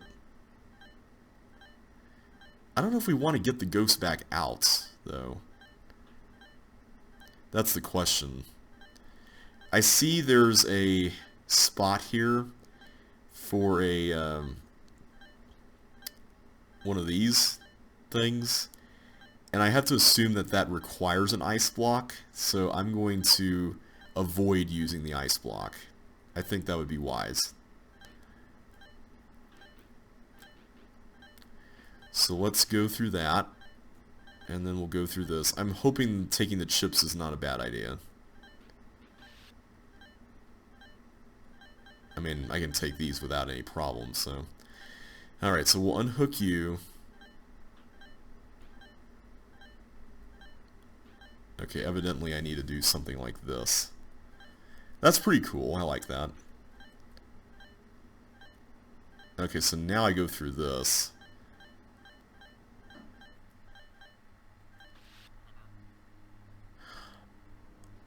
Right, I forgot to take the ice block with me. Although I probably wanted to wait to take the ice block until I got all those chips, right? So maybe that wasn't such a bad idea.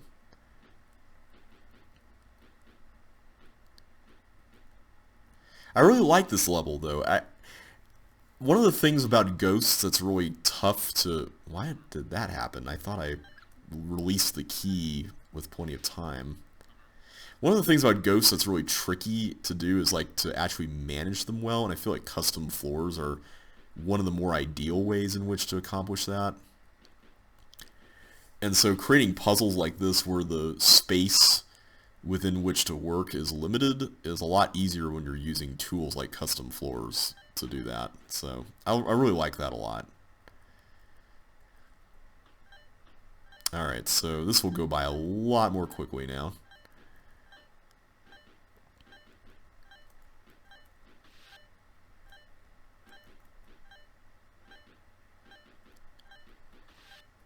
Okay, there we go. Go over here and do this part. I'm really looking forward, by the way, to seeing some really cool hook puzzles. Like, I don't think we've really run into any yet here. But I cannot wait to see what's in store for us here. Alright, so let's push this down and through this. There we go. So this is going to basically be a turnstile for us. Alright, so what do we do next with this? I see there is a bomb there, as well as an opportunity to get a green key at some point. So I think what we have to do is we have to get the ghost to collect the wire deal before going there. Before I do that, though, I want to just go back here and check. I'm assuming this is meant to be used in the context of getting that, right?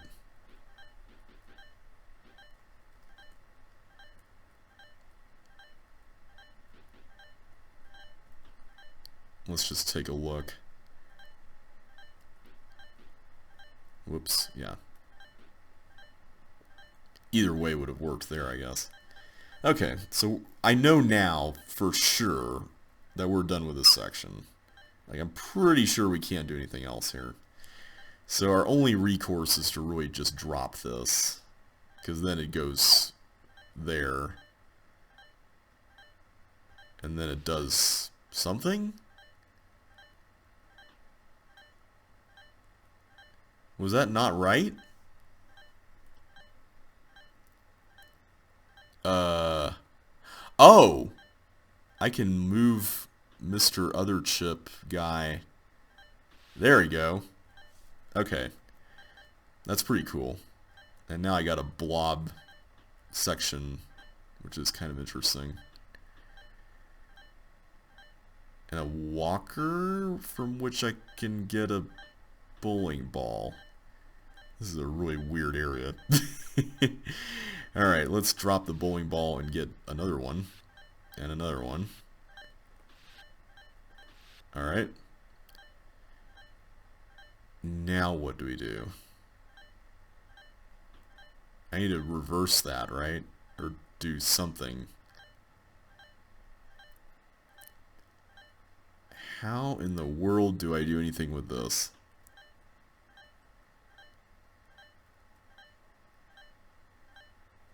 Because the helmet only protects against monsters, right? I can't actually go through a bomb with that. Like, pretty sure that's not going to work.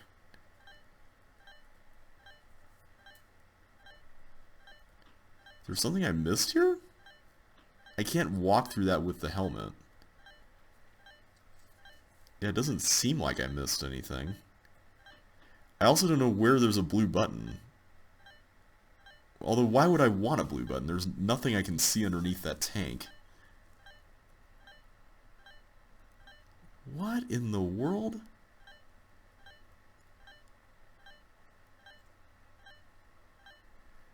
I don't get it. Like, what's the deal? I can push on the monsters, but that doesn't really help in this case.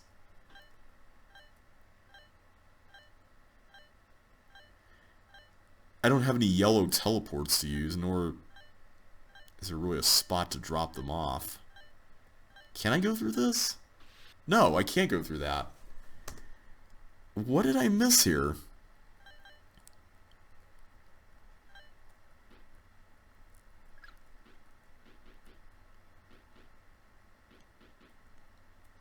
I am really confused with what I missed on this. I'm going to look very carefully to make sure I didn't overlook anything. I don't see any tank buttons anywhere, so I don't think that's the problem. Let's just do something like that for now. Yeah, what in the world did I miss here? I can't take blocks in the next room either. Like, that's not possible. Okay, that was weird. Did you see that? Like, I was pushing, but not, like, forward, but not really forward. That was a strange bit of behavior there. I can't do anything with these blocks that I can see.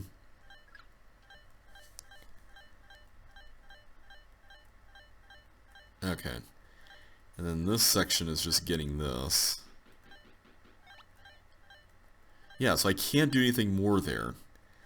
So I think we were on the right track, right?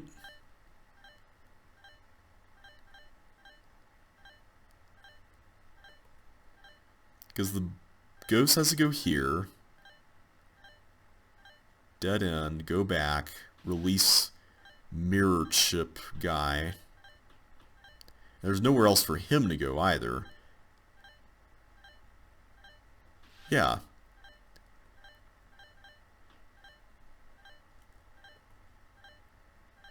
Yeah, I don't get it. I'm just going to look around just to make sure, but I don't see anything. Oh, you know what? I should have saved that last bowling ball. That was what it was. I feel dumb now. Now that I'm seeing what it was I missed. The bowling ball was for the tank, so I could push the block through. I think that was what I was supposed to be doing. I just saw this, I'm like, oh, let me just do that. And that's why there's a notch here, so I could destroy that and then push this through. Okay, that makes way more sense. So I see now that I'm going to have... I'm forced to do this, right? Like there's... Unless I drop the helmet somewhere. So hang on, the ghost... I don't think the ghost is going to hit the turtles, right? So the ghost is just going to go here. And then be stuck in this endless loop thing? Yeah, okay, so it should be fine. Yeah.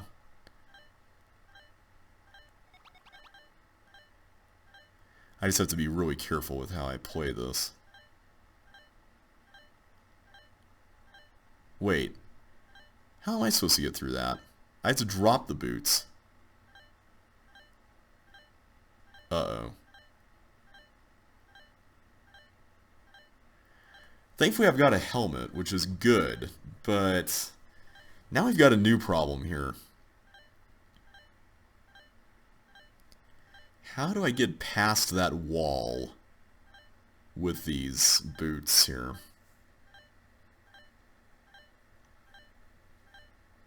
Can I get past the wall?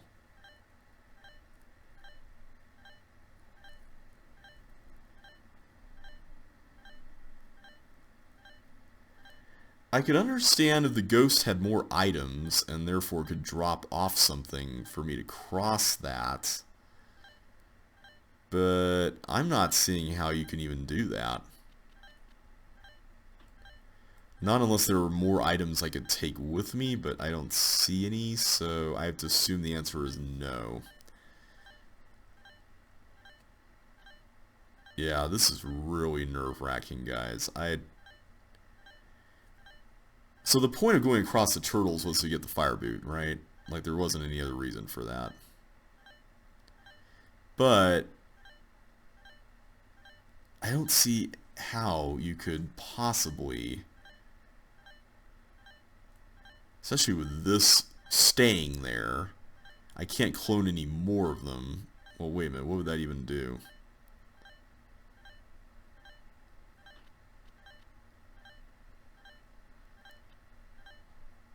Okay, went through the no fire sign.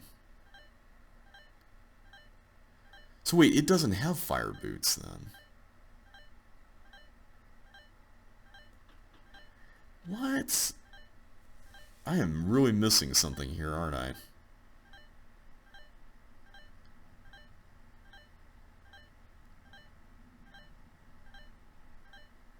Like, if there were multiple fire boots, I can almost understand this, but... Oh. What? So ghosts erase fire. So this confirms the really weird behavior we saw in Thieving Ghost, where the ghost went into fire. I don't even remember if the ghost had fire boots in that case, but I'm assuming the answer is yes, because in this case, the ghost did not have fire boots, went through the fire with no problem, and now with fire boots, the ghost erases fire. That's cool. But I kind of wish there was more of a lesson on that, and this really wasn't that. But I liked it. I don't really have any strong opinions about it being in the set, so I'm going to give it a 3. Pretty decent level overall. Alright, working outside the box. Is this the entire... Yeah, this is the entire span of the level. So it's a minute-long level, so I don't want to waste time here. So it looks like the point of the level is that we're supposed to... use our doppelganger character in order to release the real chip from the trap and get a monster, I'm assuming, down to the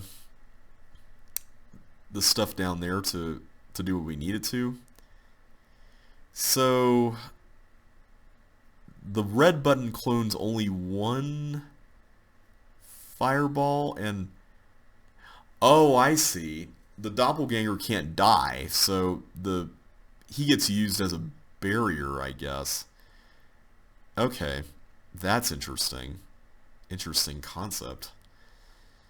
Um, and I'm assuming I have to use the pink switches in some clever way to facilitate a lot of this. Okay, I see one potential. Well, no, actually I don't. I don't think I see that. The time limit's a little bit trivial in the sense that I can just work out the solution within my head here. So let me use the mouse to kind of demonstrate what I'm thinking of right now. So first things first, I'm going to have to go over here. That clones a ball, which is a single-use thing for this cloner that goes all the way here. Alright, so that finishes up. Then it's a matter of determining what to do next with this, this monster guy here. I think the answer is to put chip here, have the fireball bounce here, and then this will be open as well, so that way the fireball can then loop around. So let's do that. Why don't we do that? Oh, I have to be holding these down. Oh, that makes things a lot more difficult. Okay, I didn't realize that. I thought these were switches. I forgot about that. Okay. That makes life a little more complicated, doesn't it? So, I take it I can't be up here and then deflect the fireball and then go back down. Let's try it out.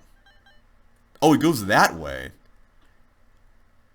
Oh, I did not know that. I thought it went down for some reason.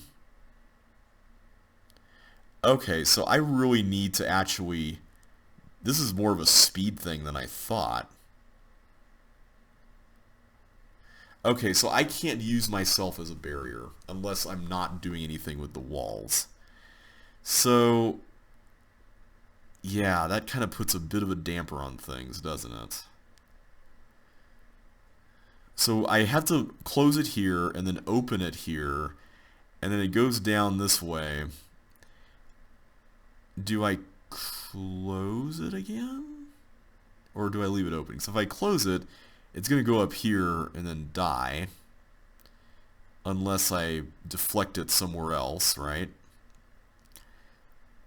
But if I open it, then it has the potential to go this way, get deflected over here, which is interesting. It then goes around anyway. If there was a way I could deflect it after that point, that would be great, but I don't see how. And if I left the doppelganger there, it's just going to backtrack all the way around and then die anyway. Unless I send it, the doppelganger over here, in which case it will deflect this way and go down here. But then that sets up another situation similar to the beginning, so that's not going to work. I feel like I'm just missing something really obvious here. So, going around here is probably not going to be great, is it?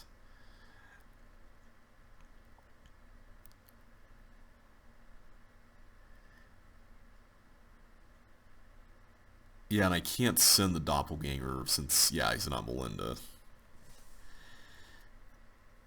I keep getting hung up on wanting to use this, but I can't use it while Chip is over here from this side. So I'm trying to investigate other potential options. The only other one I can see is that somehow you get the fireball to backtrack all the way up here and then go left. And I'm not even sure how you would pull that off. Like, that would be pretty amazing if you could do that. Especially considering that both of these would have to be open for it to proceed along, you know, this kind of route. So that's probably not going to work.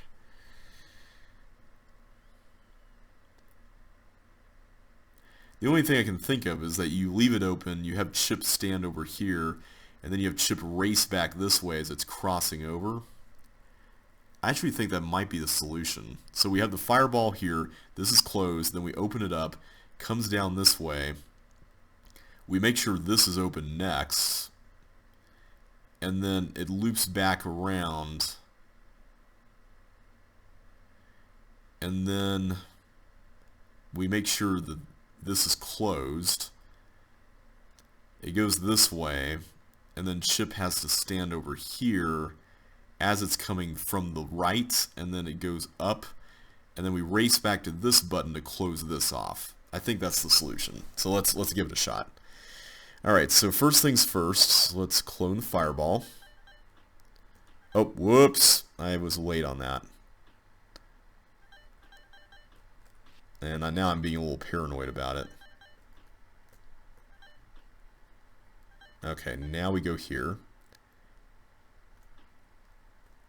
No! Oh, that's frustrating. I thought we could have made that. Okay, so clearly we need to come up with something different. Or maybe we just mistimed it. I don't know. Let's try it again.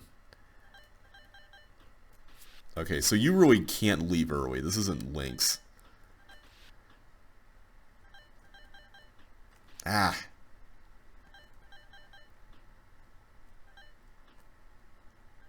Okay. No, I can't do it. Okay, so that's not going to work. Man, I thought that was actually a pretty solid plan.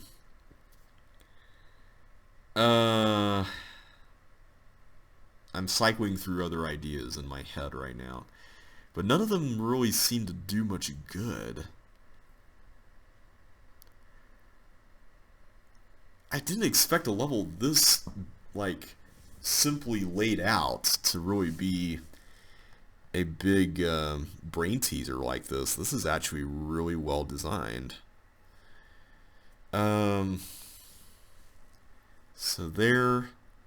So all this stuff at the beginning is forced. Like, we have to do this first two-step thing.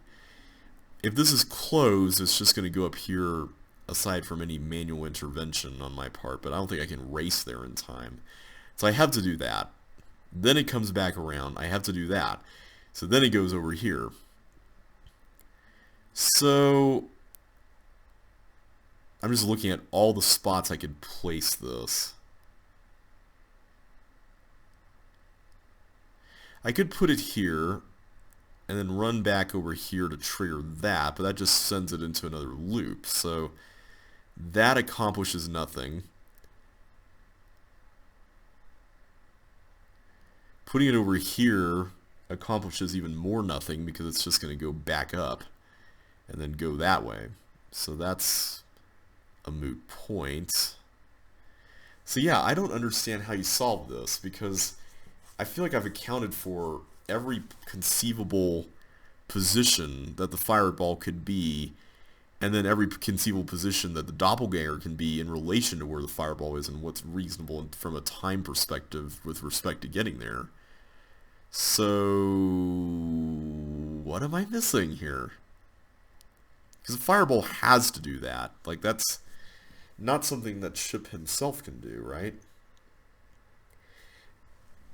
And I'm pretty sure we can't do this thing where the fireball gets sent this way, because these both activate at the same time. Like, there's no thing where this is closed and that's open, the one on top. So that's not happening either.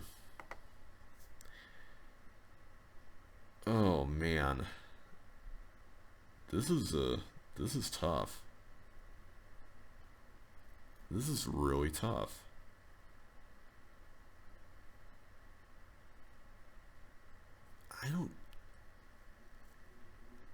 I don't understand, guys. Unless the idea, well, no, that would amount to the same amount of moves. I'm thinking, what if instead of waiting for the fireball to exit this space completely with the doppelganger here, we move up first, but then I'm going to have to cross the fireball anyway, and the same principle is going to apply. So, I mean, I can try it, but I don't think that's really going to do any good. Ah, I keep doing that.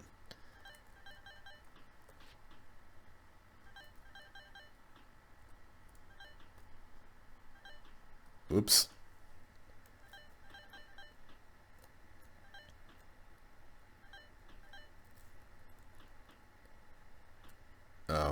Never mind. Man. So let's talk about, like, over here on the left. If I put chip here, it's just going to backtrack that way.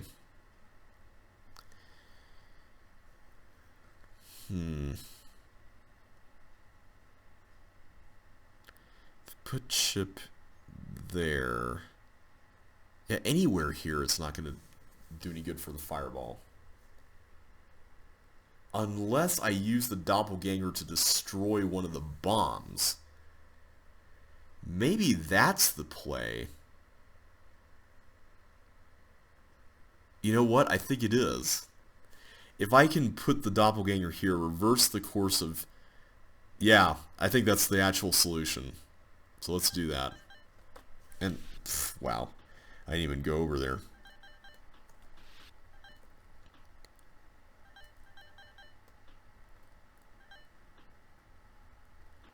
I thought I was on the button, but apparently I wasn't.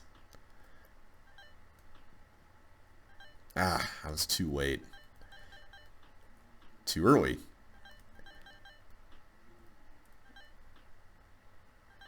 Okay, I'll go over here. And then we'll destroy that. And I think that should do it. That was really cleverly set up. I really liked that. I'm going to give that a 3. I don't... Actually, you know what? I'm going to give it a 4. I think it was a very clever setup. It used the doppelganger in a way that was multi-purpose, and it was very multi-purpose. You use it to hold down buttons, deflect the fireball, and destroy a bomb. So yeah, very clever monster manipulation puzzle. I thought it was a lot different from the norm in that regard, where you would, like, in CC1 just push blocks, or in CC2 a lot of them involve dropping boots. In this case, there were no boots, which really forced you to think outside the box, like the title said. So, well done, whoever made that. Alright, memory maze. This looks interesting. You cannot drop items in the maze. Study the maze first with the eye, then remember where everything is. Oh. Why are there foil things there? I see... Oh, there are no foil signs throughout the maze itself, huh? Okay, I take it this is going to be a... I can't even tell what some of this stuff is.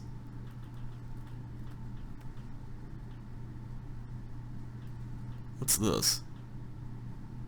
Was that something useful?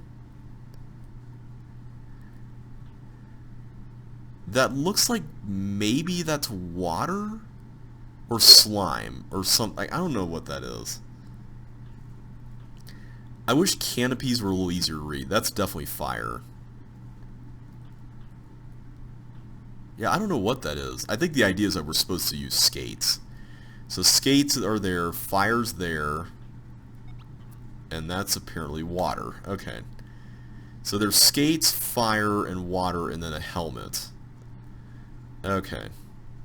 So I see we get one thing at a time. So we go from right to left, apparently, and... So the first one would be water, I think. Let's take a look. Yeah, water, ice, fire, and then the helmet. So water's there. We know ice is over... Come on. Over this way. With that thing. Fire's there, so where's the helmet used? Nothing over here.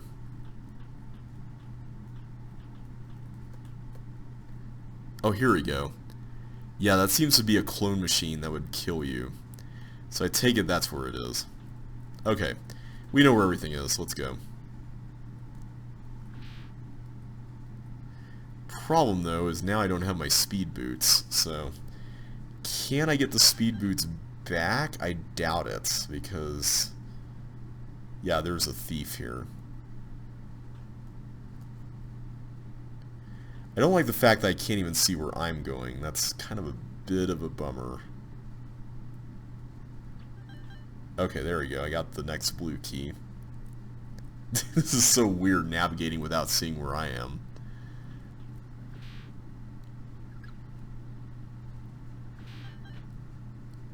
Okay, so this one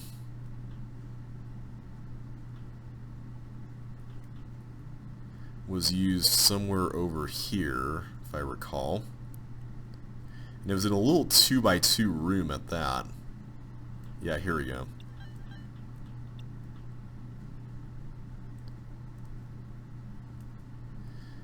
This is an interesting idea, but I feel like it could have been drastically reduced in size. Okay, there we go. The fire one, I'm misremembering this one. Where was this? It was somewhere close by. That's where water was, so it's not there. But I remember ice was there. Oh no. Where did I do fire? Or is it here? Yeah, it's there. Okay. Or it was somewhere before that and I just missed it. Okay, and then we get the last one, which is the helmet. And we go down to that area in the lower right. Yeah, this one, interesting idea. I feel like it could be better, though.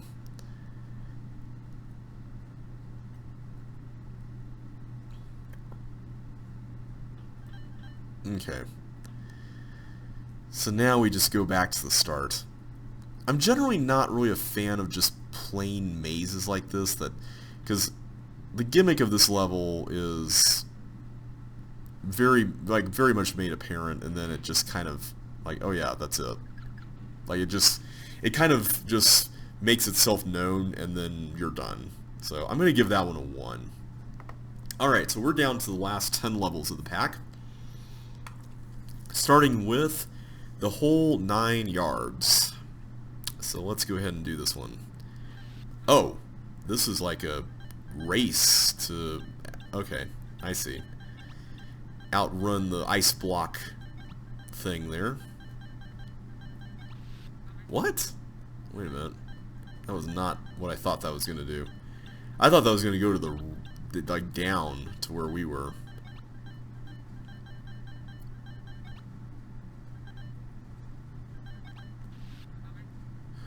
Oh, I see.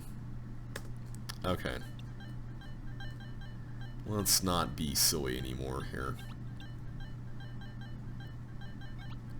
I'm still getting used to the fact that monsters can get off traps like that.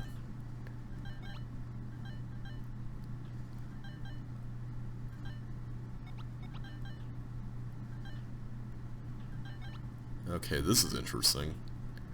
So I have to... It looks like I have to get some of these Melindas into the alcove there. What in the world do I do about this?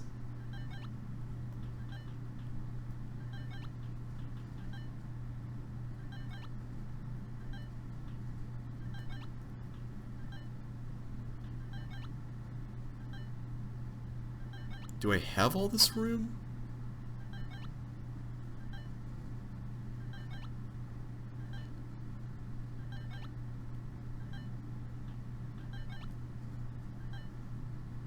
Oh no. Well, now I'm really trapped. Oh no, oh, that's right, I got a helmet. I forgot I have a helmet. I thought I was gonna die there, but I forgot I have a helmet.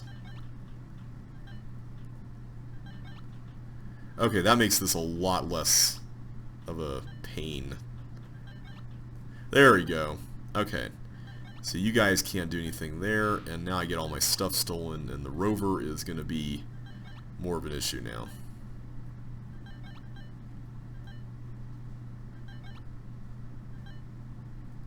Please don't get me. Thank you.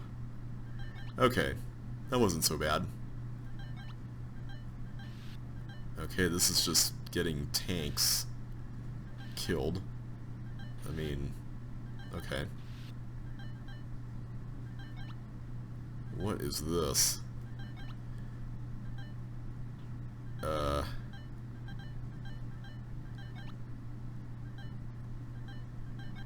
Oh, I see. I have to be here when this opens, and then things will happen. Okay. Fair enough. Oh. I guess that doesn't last forever? Or there's other ones that it's connected to or something?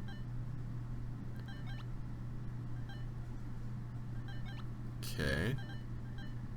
Do I sit on this one again? Don't tell me I messed this up. Okay, good. Alright, so now I gotta do something with this ice block, which I guess is hook it through this.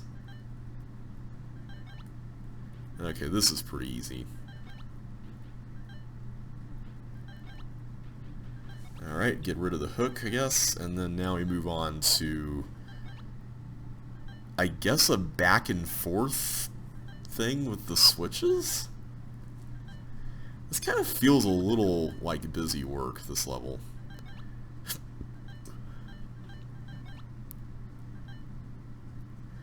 So yeah, I guess we just keep going back and forth and opening doors and getting the switches and whatnot.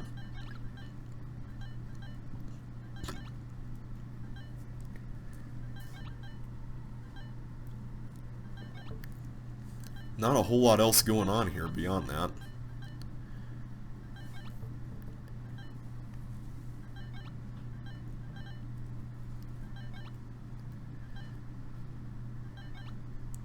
Okay, we don't need to leave those on. Pressing the red button here will permanently close the toggle walls. Okay, so this is a sardine can thing, right? Or not a sardine can, it's gonna be like a... You have to push the blocks into a spot where you don't have to worry about them blocking the way. So really, if I'm not mistaken, I could just fill up this side of it, right?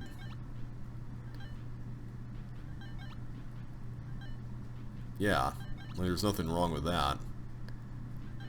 The bottom area I'm a little concerned about, but I think this should do it. Yeah, like that. So just the rest of it is just getting these into the right spots. Slapping definitely helps here too.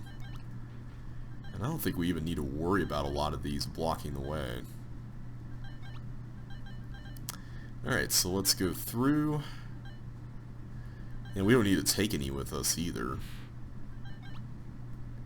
Okay, I see we've got a cloning thing going on here, but I think this is just going to be item swapping. Or maybe there's a little more to it than that. Okay, if I reverse that, are they going to go... It's going to basically go down, right, up, left. So is the idea that I need to take it into a spot...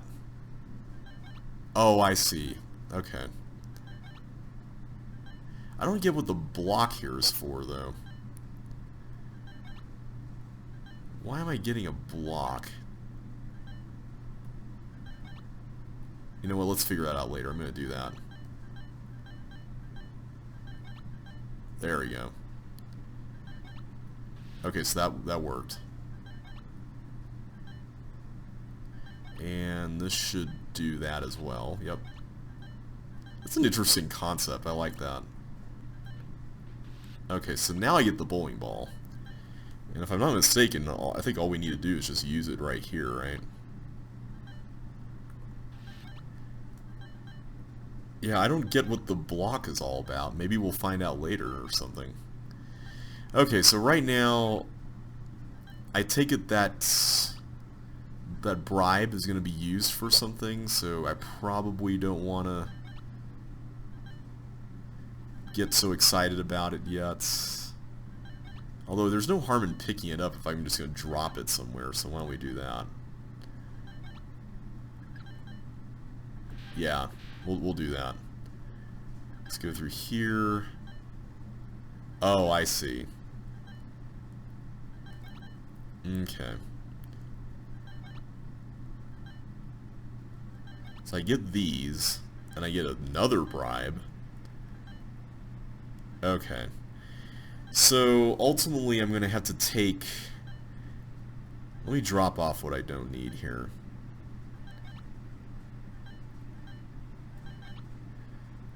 I get another bribe there, though, so let me take the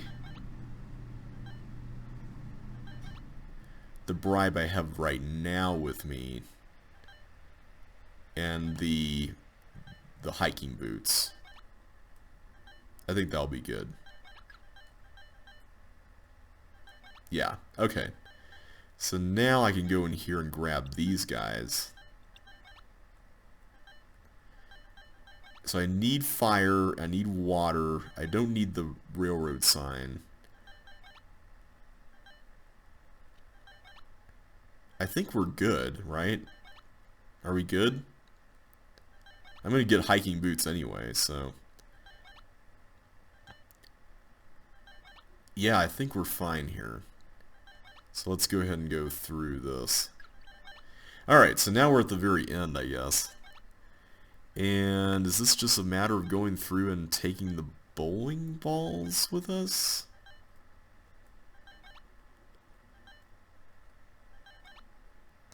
I don't see what that clone machine is. Oh, the clone machine's probably controlling the, what you call it?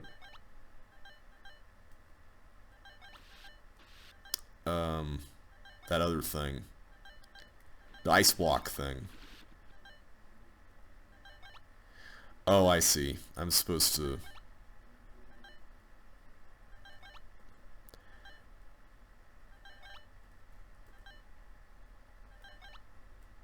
do something like this. Oh no, don't tell me I'm supposed to let the bowling balls go, like not get the bowling balls initially. Really? I went through all that and then that little trap at the end just killed it. Really?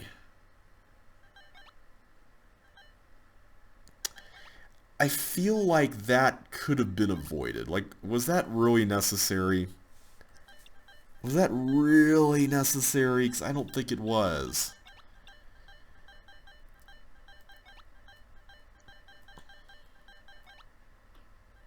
I don't think that was necessary.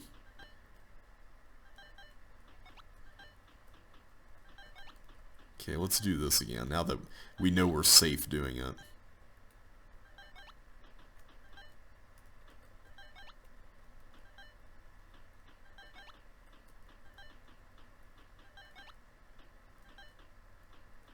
There we go. I really like this idea, that's pretty neat. But this one... No! You know what, I'm skipping this. You've seen the level, you know what it involves. I'll probably solve it off screen or something. Okay, Ode to a Tank Crossing the Road. I know Mika made this level because it was in a create competition, and it is a thing to behold. So basically, as far as I understand this, the way this works is that you're supposed to save every block going through here, but the tank is supposed to blow up that bomb, whereas everything else is blown up by a block. So you're supposed to like maneuver these blocks around while also maneuvering the tank around in order to do what you need it to. So let's start with that. Nice thing is we've got this little hook area over here, which is pretty cool. So you kind of just have to work the tank across, I think, is how it works. I'll see if we can figure this one out. I'm pretty sure it's pretty doable.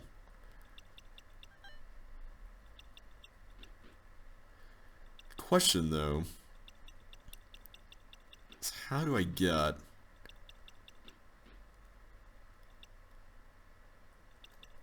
hang on.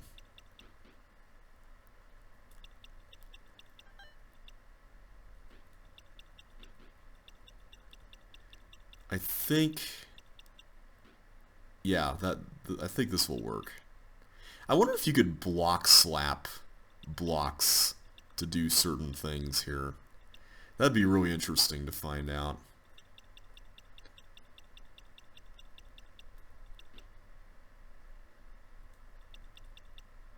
Huh. I feel like I may have missed something here. But, no, actually, no, I don't think I did.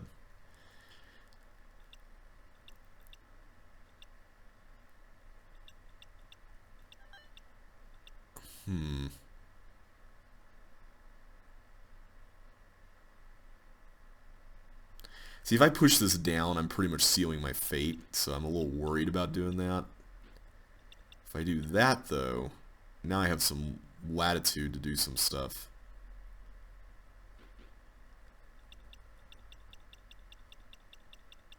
This is very interesting. I'm just going to say that.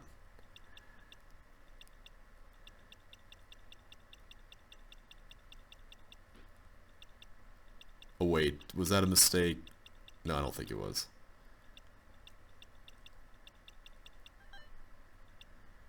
Okay. How do I untangle this is the question. I know there's probably like a very specific configuration you need to get some of these blocks. I think the problem I have right now is that one that's sitting there, right? That was a dumb mistake. Why did I do that? I think you see what I mean, though.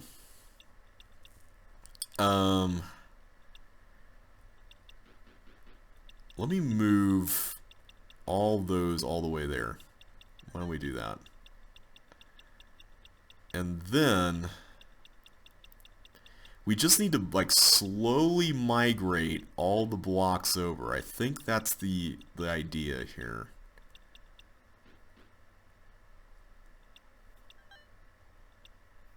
I think that's the idea. I just need to figure out a way to get it to... I'm still wondering if you could bust this somehow. I feel like there's a way.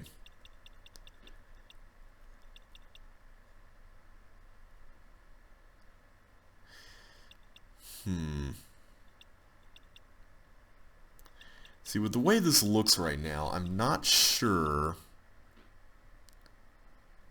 how much room we can really work with the middle.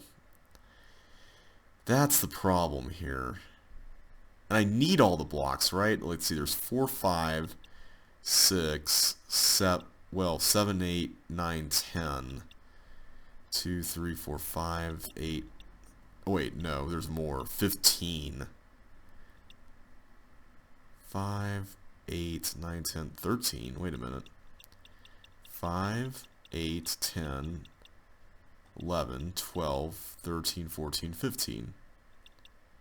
Oh, the bonus. I see. So wait. 4, 5, 6, 9, 11, 14. Yeah, okay. So apparently you could use that other directional block to do some interesting stuff, I'm assuming.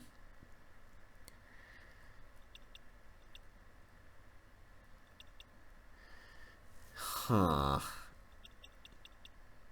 I'm just kind of meandering around now.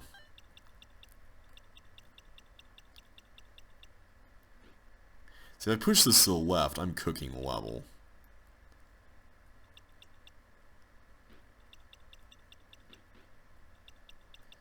I'm not sure what any of this is even accomplishing right now, but...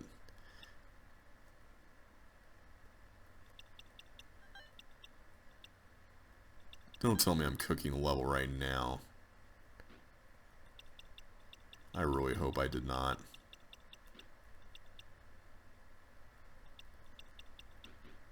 Oh no. I think I can recover this though. Can I? Maybe not. I wish this came a little earlier in the evening because my brain is a little more dead now. I'm not gonna lie. Let's start over again. So I take it the bonus there involves pushing that into the mix, and... Wait a minute here. What's really stopping you from just using that to blow everything up? Hang on. So I get this, right? And then... I mean, I just want to make sure I'm not trapping the tank anywhere.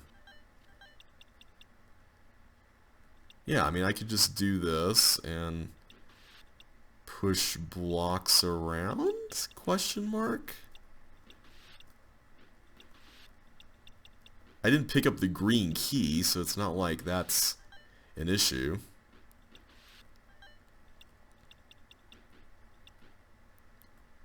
And I can just do that in order to get over here. And then I can just let the tank sit there the whole rest of the level. So hang on a sec. Is that bonus just for completing the whole thing with the intended solution in mind? Because if so, my opinion of the level might have just gone down a little bit.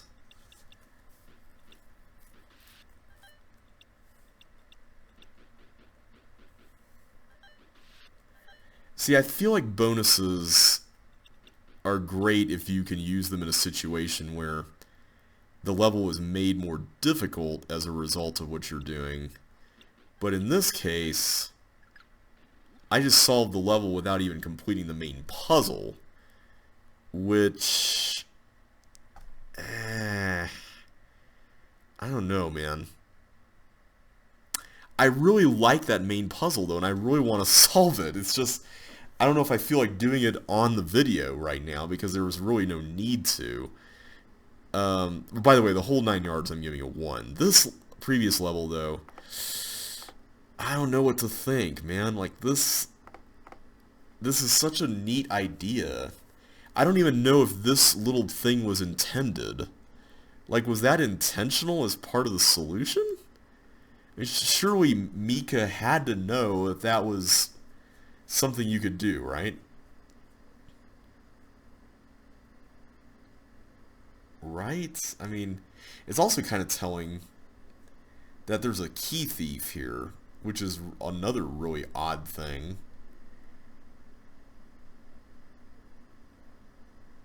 So, hang on, what was the expected...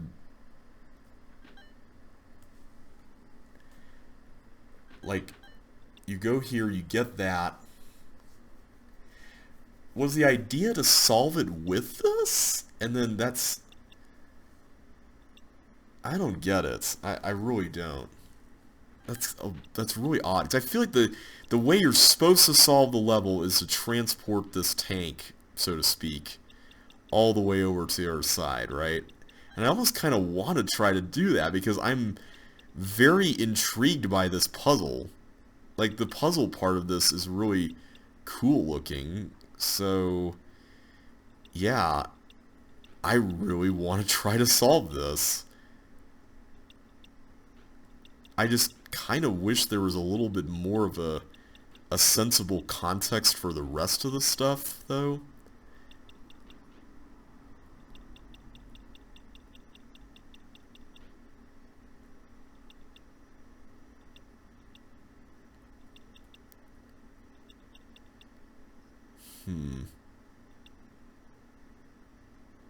This middle section is really fascinating.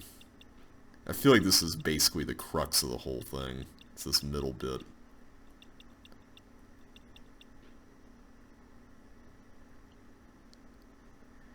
Where do you push that, though? 'Cause I'm creating, like, little, what you call them, so...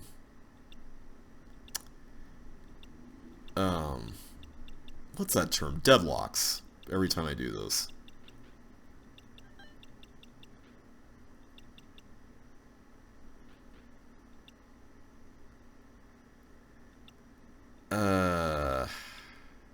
Pushing this to the left I don't think will do any good, because I can't really undo the pattern on the right, right?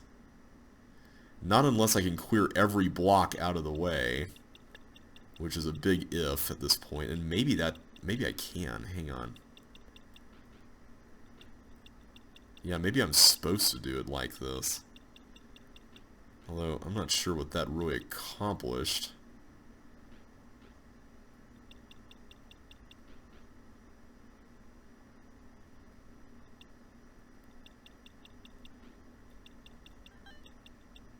What did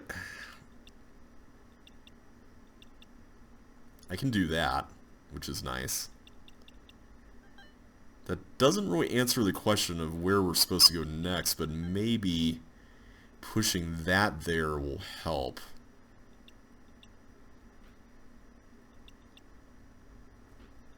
Let's do something like that.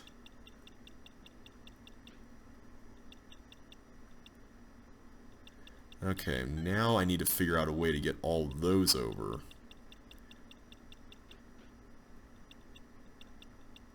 This is a really fascinating puzzle, and I wish this was required because it's a really fascinating puzzle. And I like it. It's good. I don't see a conceivable way to get all the, like, any more blocks here.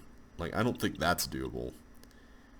So it's really just a matter of how I'm going to get everything else out to ensure that the block can be moved. So I guess the real question here is, what all really needs to happen? Like, really?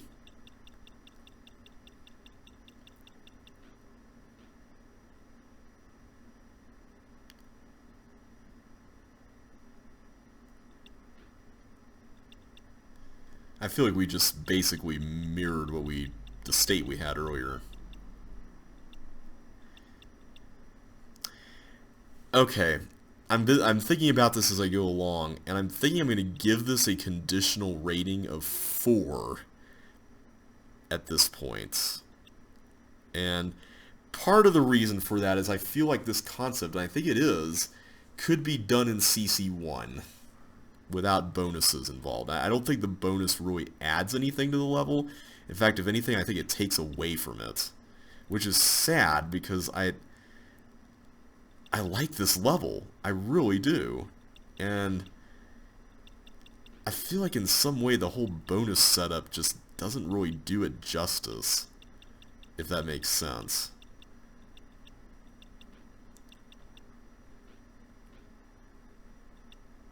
I feel like we're just kind of running around in circles now.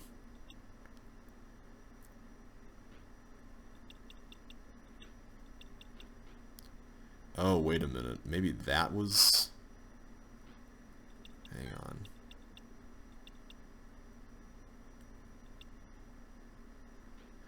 I think I can do that as long as I reverse it, right? Yeah.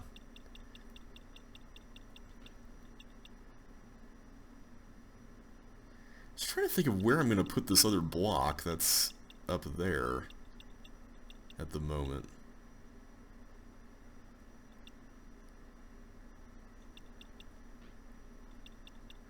I think at the end of the day, I have to do something that involves that. Like, that's kind of inescapable as a state to put blocks in.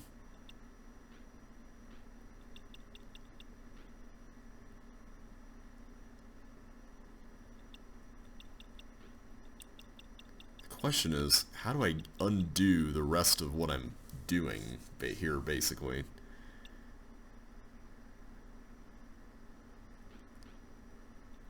Maybe I have to do something like this.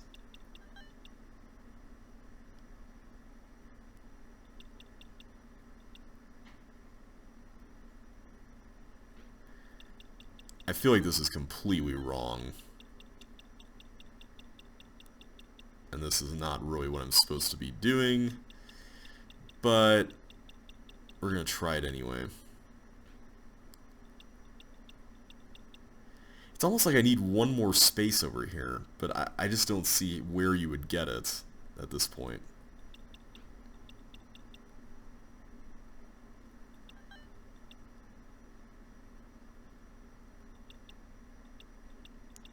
The only thing I can think of is if there's some way to get a block out onto the ice and slap it such that it runs perpendicular to what you're doing. Maybe that's possible? Question mark? I don't know. Wait, is this it? I think this might actually be it. That's it. Wow. That is such a cool puzzle. Like, seriously, that is such a cool puzzle. Why would you gate it only for, like, or not gate it, why would you just offer it as a required thing only for a bonus? I hope that's not intentional. Because, man, it was very satisfying to crack that. Like, really satisfying to crack that. So if this does get highly rated, I would very much recommend making the bonus parts, just eliminating that. Just make the whole puzzle required. Because the whole puzzle on its own is strong enough. I mean, you're basically skipping the whole level by doing what I just did there. And can I make this? I doubt it. Oh, I forgot to blow that up too. Whoops. Okay. So yeah, really cool level. I'm actually going to give it a 5. I know I said that it could be done in CC1 and all that, but I like it regardless. And I had so much fun figuring it out that I don't mind what set it gets into at this point. Okay, dimensional deletion. So this appears to be a blue lock, or excuse me, a blue key erasing level, perhaps? It seems like I can't even do any of that until I actually get all the chips, so let's work on that first. Alright, I'm already pretty captivated by this off the bat. And I think that was incorrect. Let's try again.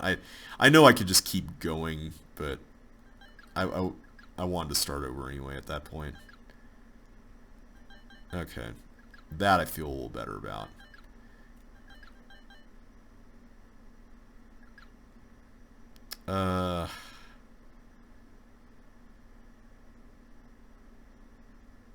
One, two, three, four, five, with 3 doors removed, so that's 2, versus 1, 2, okay, it's the same thing. But I think going through this way is the better option, so let's do that.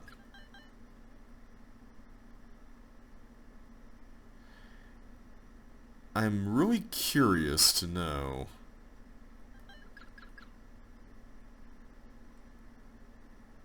what exactly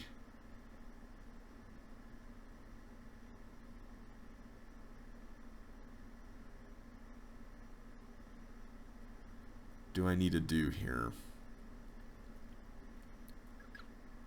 Because I just need to go here to get the last chip. And then I can start erasing.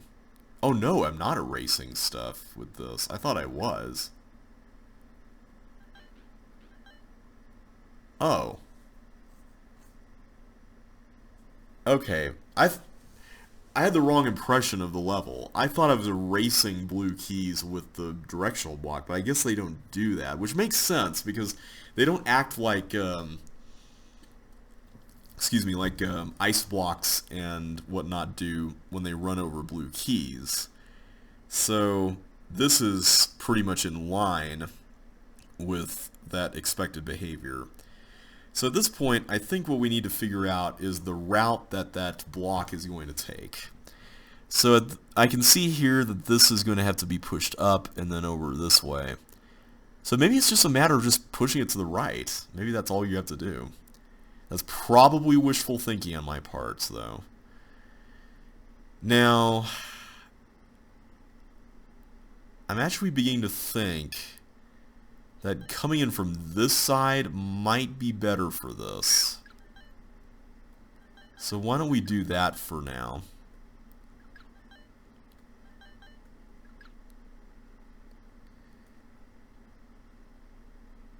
this is going to be part of the path for the block, so I want to make sure that this offers as much clearance as humanly possible.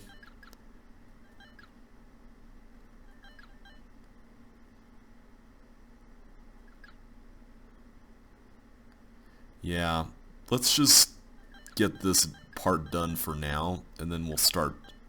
So I just need to open up 7 doors. Well, 9 doors, I guess, now. I don't think that's going to be doable. Yeah, I'm going to be short by 1. Ah, okay. How do we do this, guys? How do we do this?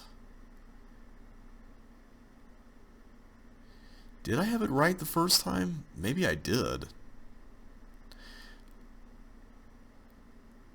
The only issue I can see with that is that I have to spend a key to get into this area to begin with, but maybe that's not a bad thing.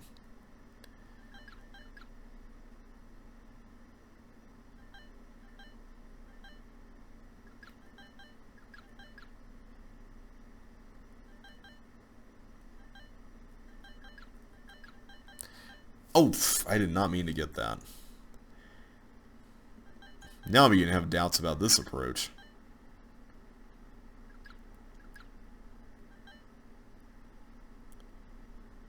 Can I do... No, I can't. That blue key is right there in that enclosed thing. Yeah, that's not going to work.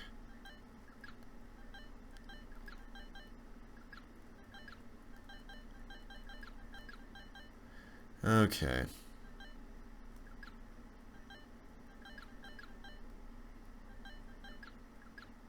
So I got 9 keys left. I don't think that's... I think this is even worse. Yeah. I haven't even gotten to that chip yet, but now I've got like 4 left. Okay, that's not going to work either.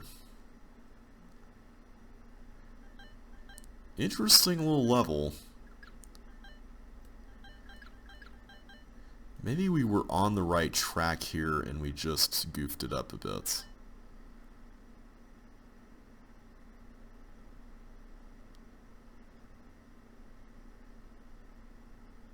In fact, I think I see what we did wrong. Yeah, I was supposed to approach this from here, wasn't I?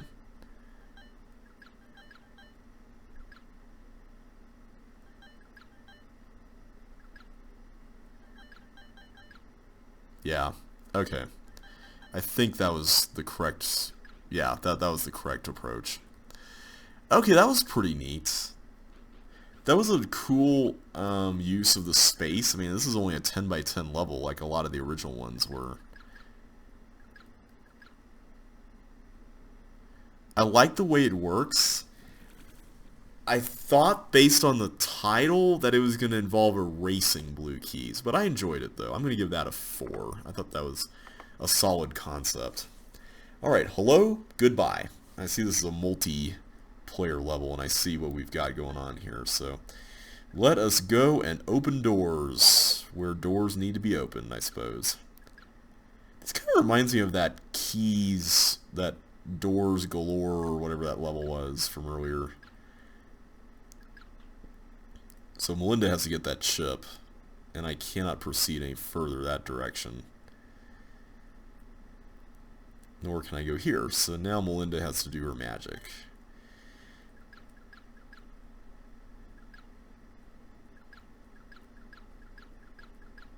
Okay, so this is pretty simple.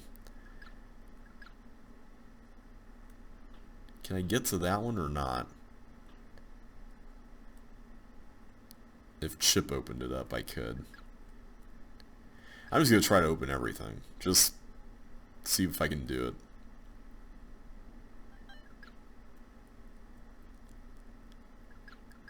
it. Okay, so we did that. And now I need to actually exit on the other side. Okay, now... Oh wait, Chip has to get his chip first. Chip has to get his chip. Alright, Chip, do you want to get your chippy chip?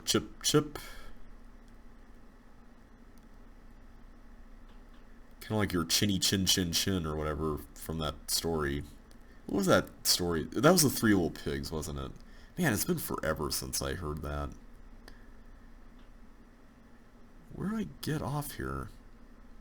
Can I even do that? Wait a minute. I can't get through that. Oh, here we go. I go through here. Duh. So now I need to figure out a way over that way. So I think I missed something. And it's probably...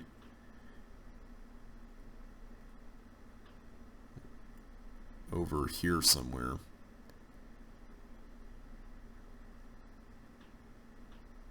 How do I get up there? I don't see a way up to that, everybody. Like, what do you do in this situation?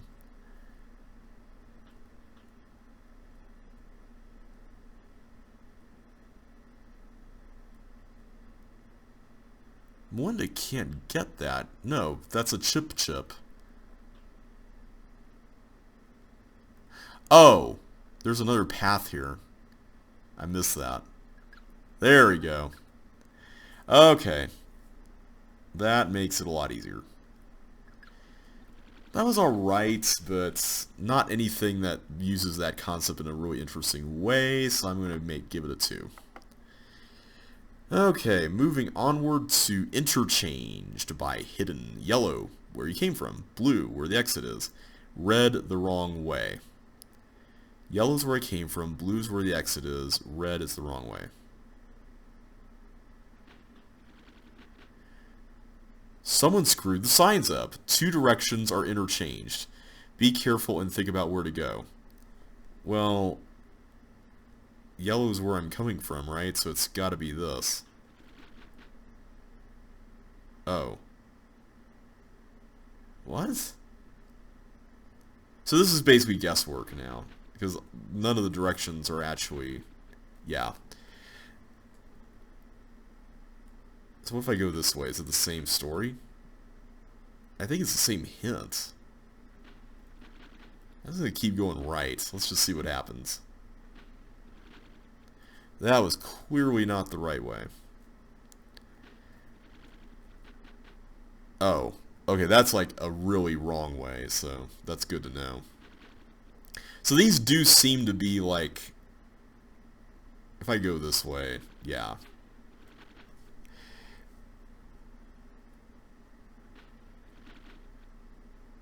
Okay, maybe this isn't guesswork. Because this is where I'm coming from. So red was the wrong way, but now it's switched out with the yellow where I came from thing. So this must be the correct way. This is switched out with where I came from. So this must be the right way. And the same thing here. Uh-oh. This way? No? So that led to the wrong... I'm trying to use logic in this thing. So, blue is correct here. 2 directions are interchanged. Yellow is where I came from. Okay, so in this case, this is correct. This is switched out with that. So this is correct. And this is switched out with this, so this is correct. And same thing here, right? That is so bizarre.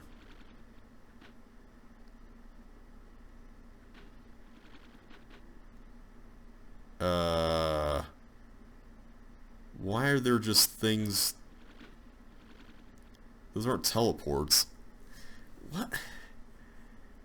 I feel like the logic that this level operates on is very inconsistent. Oh, right. I forgot about that one. Okay, so that's there.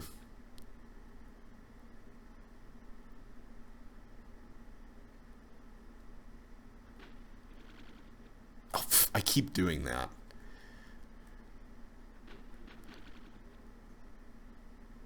Yeah, so that's correct for that. This is still correct.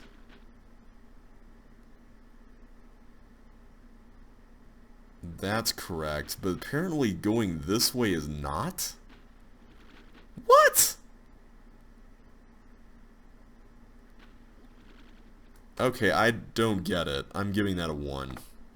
And I'm not giving it a 1 because I don't get it. That's really not an accurate way of putting it. I'm giving it a 1 just because the rules seem to be really inconsistent. And I forgot it's Melinda there. I thought I had slid across the ice. Anyway, Burning Labyrinth. This just seems to be a double maze.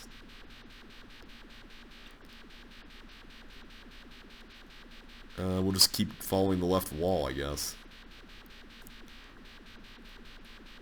I have to say, I'm already not really a fan of this. This concept has been done to death, like, over and over and over again.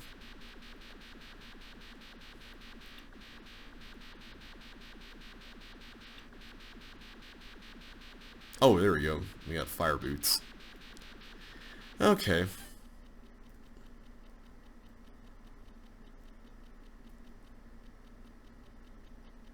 So now we just find our way to the exit, huh? I'm not really going in any particular path here. I'm just kind of wandering around, hoping to find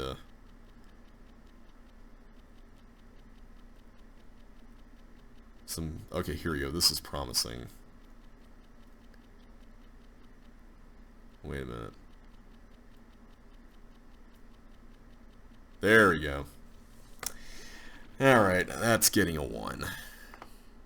Alright, 4 levels left here. We got Keep Calm and Battle On. Is this... what's the pattern here? Okay. Does that even affect... that doesn't even affect your ability to get the chips. Looks like they're just in a bunch of cross shapes here. Was that all?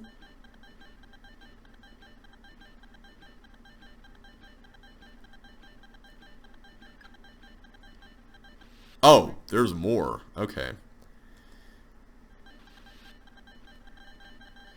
Alright. Let's do this.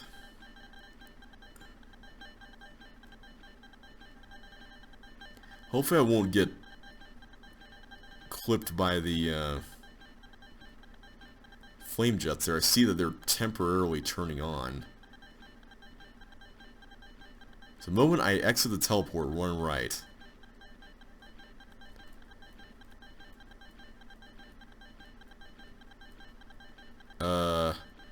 Did this... I take it this started like as soon as I came in, right?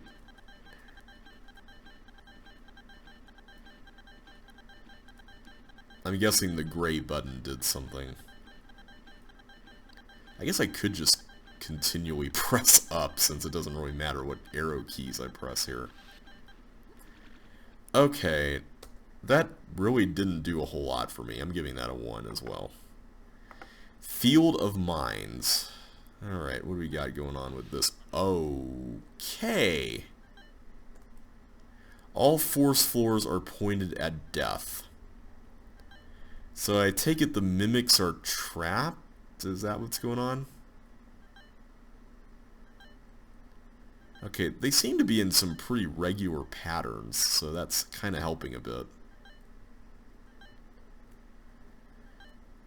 There's also a fairly low time limit on this, but not an unreasonably low one.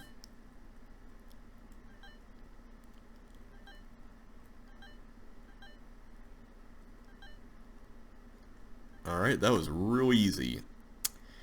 I like the idea, but I feel like that level was a very poor execution of it. I think that it could have been really interesting.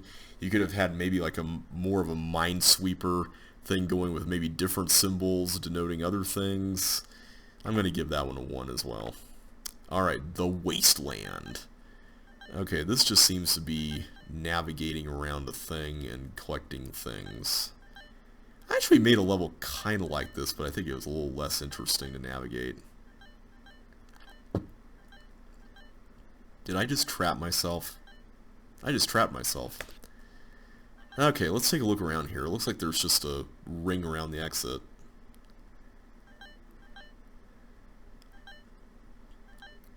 Okay, I'm a little nervous about the possibility of trapping myself now that I know that that's a thing that exists. I don't know if that was by design or what, but...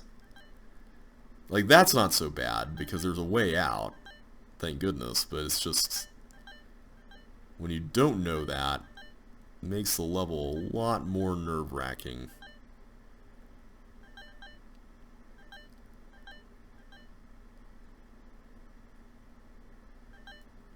Also, I'm pretty sure this is a Joshua Bone level, and it uses the walls in CC1 of metastable to chaos, I think. Could be wrong on that. But yeah, I made a level that actually used the walls of Now You See It, called Now You Switch It, and it wasn't a very great level. It was like one of the very first CC2 levels I ever made. The whole idea was that you were supposed to navigate the maze of Now You See It, but, whoops, I had a frozen computer there. I have no idea where I'm going now, by the way. I see a bunch of chips there, so I kind of want to just head up that way. Whoa.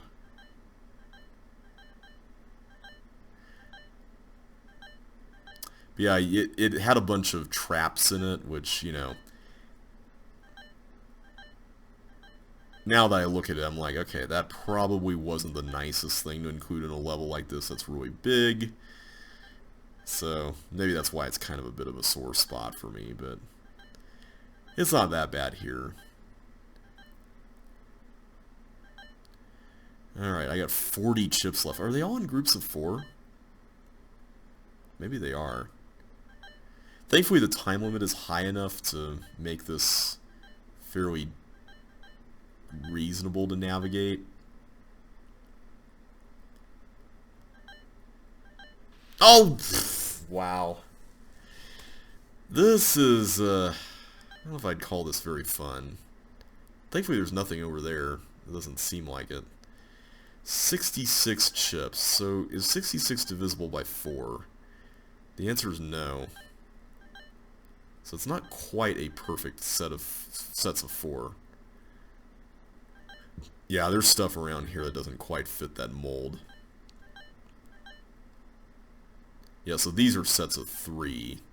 And then we had that one of 1, like at the start. It's really interesting, though. As a navigation level, I guess it's cool. I feel like this could have been made a lot less large, though. Oh, and here's another lone chip. So I guess around the ring, there's a lot less of a pattern to this. I guess there's 2 out here.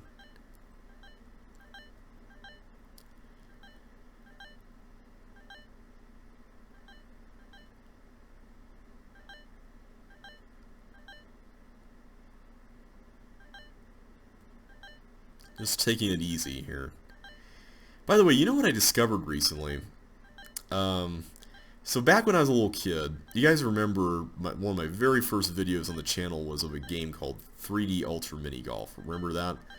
It was kind of like a silly mini golf game that Sierra put out.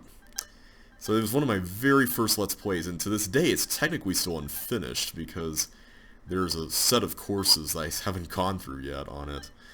But I actually had a few different games during that time of my childhood that I really grew fond of. And one of them was a cereal box game. I didn't actually get it in a cereal box. That just happened to be the medium that a lot of people got it in. But it was a computer game version of the board game Sorry.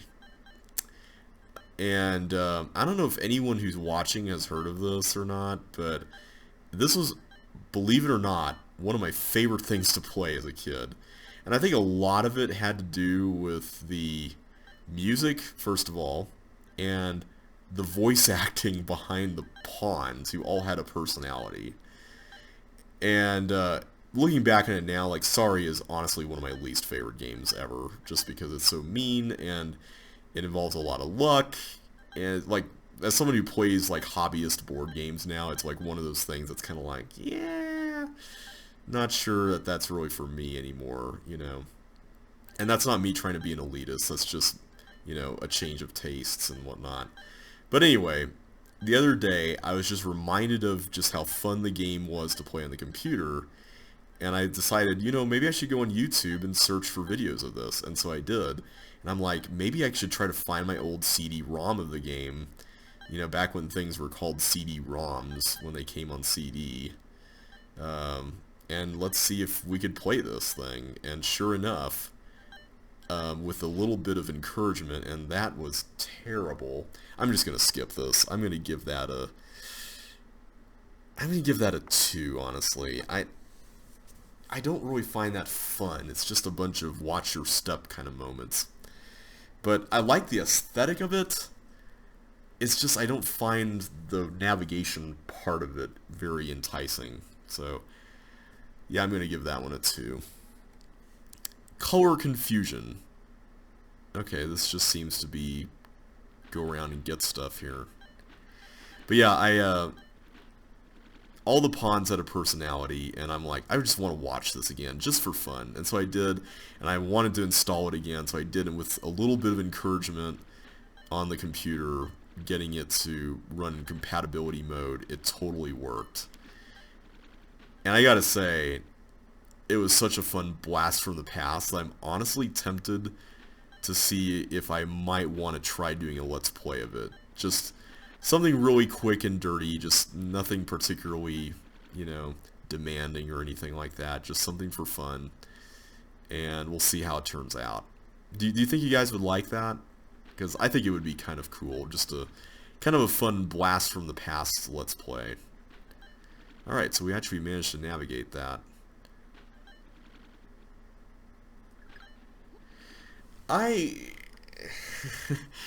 That reminded me of that Matrix level from the Urchin Pack, which is not really a good reminder, except this one had a little more strategy behind it, but still, it's not really a level that I personally would like to see in an official set, so I'm giving that one a 1. Alright everybody, so that is it for the Chronicle Pack. I'm just going to look through my ratings here real quick. I think for the most part these are pretty solid. Yeah, I really liked a lot of these levels. I think they were very, very well done. You know what, I will go back to 4 for Ode to a Tank Crossing Road just because of that CC1 rule, but other than that, I'm going to keep all the other ratings.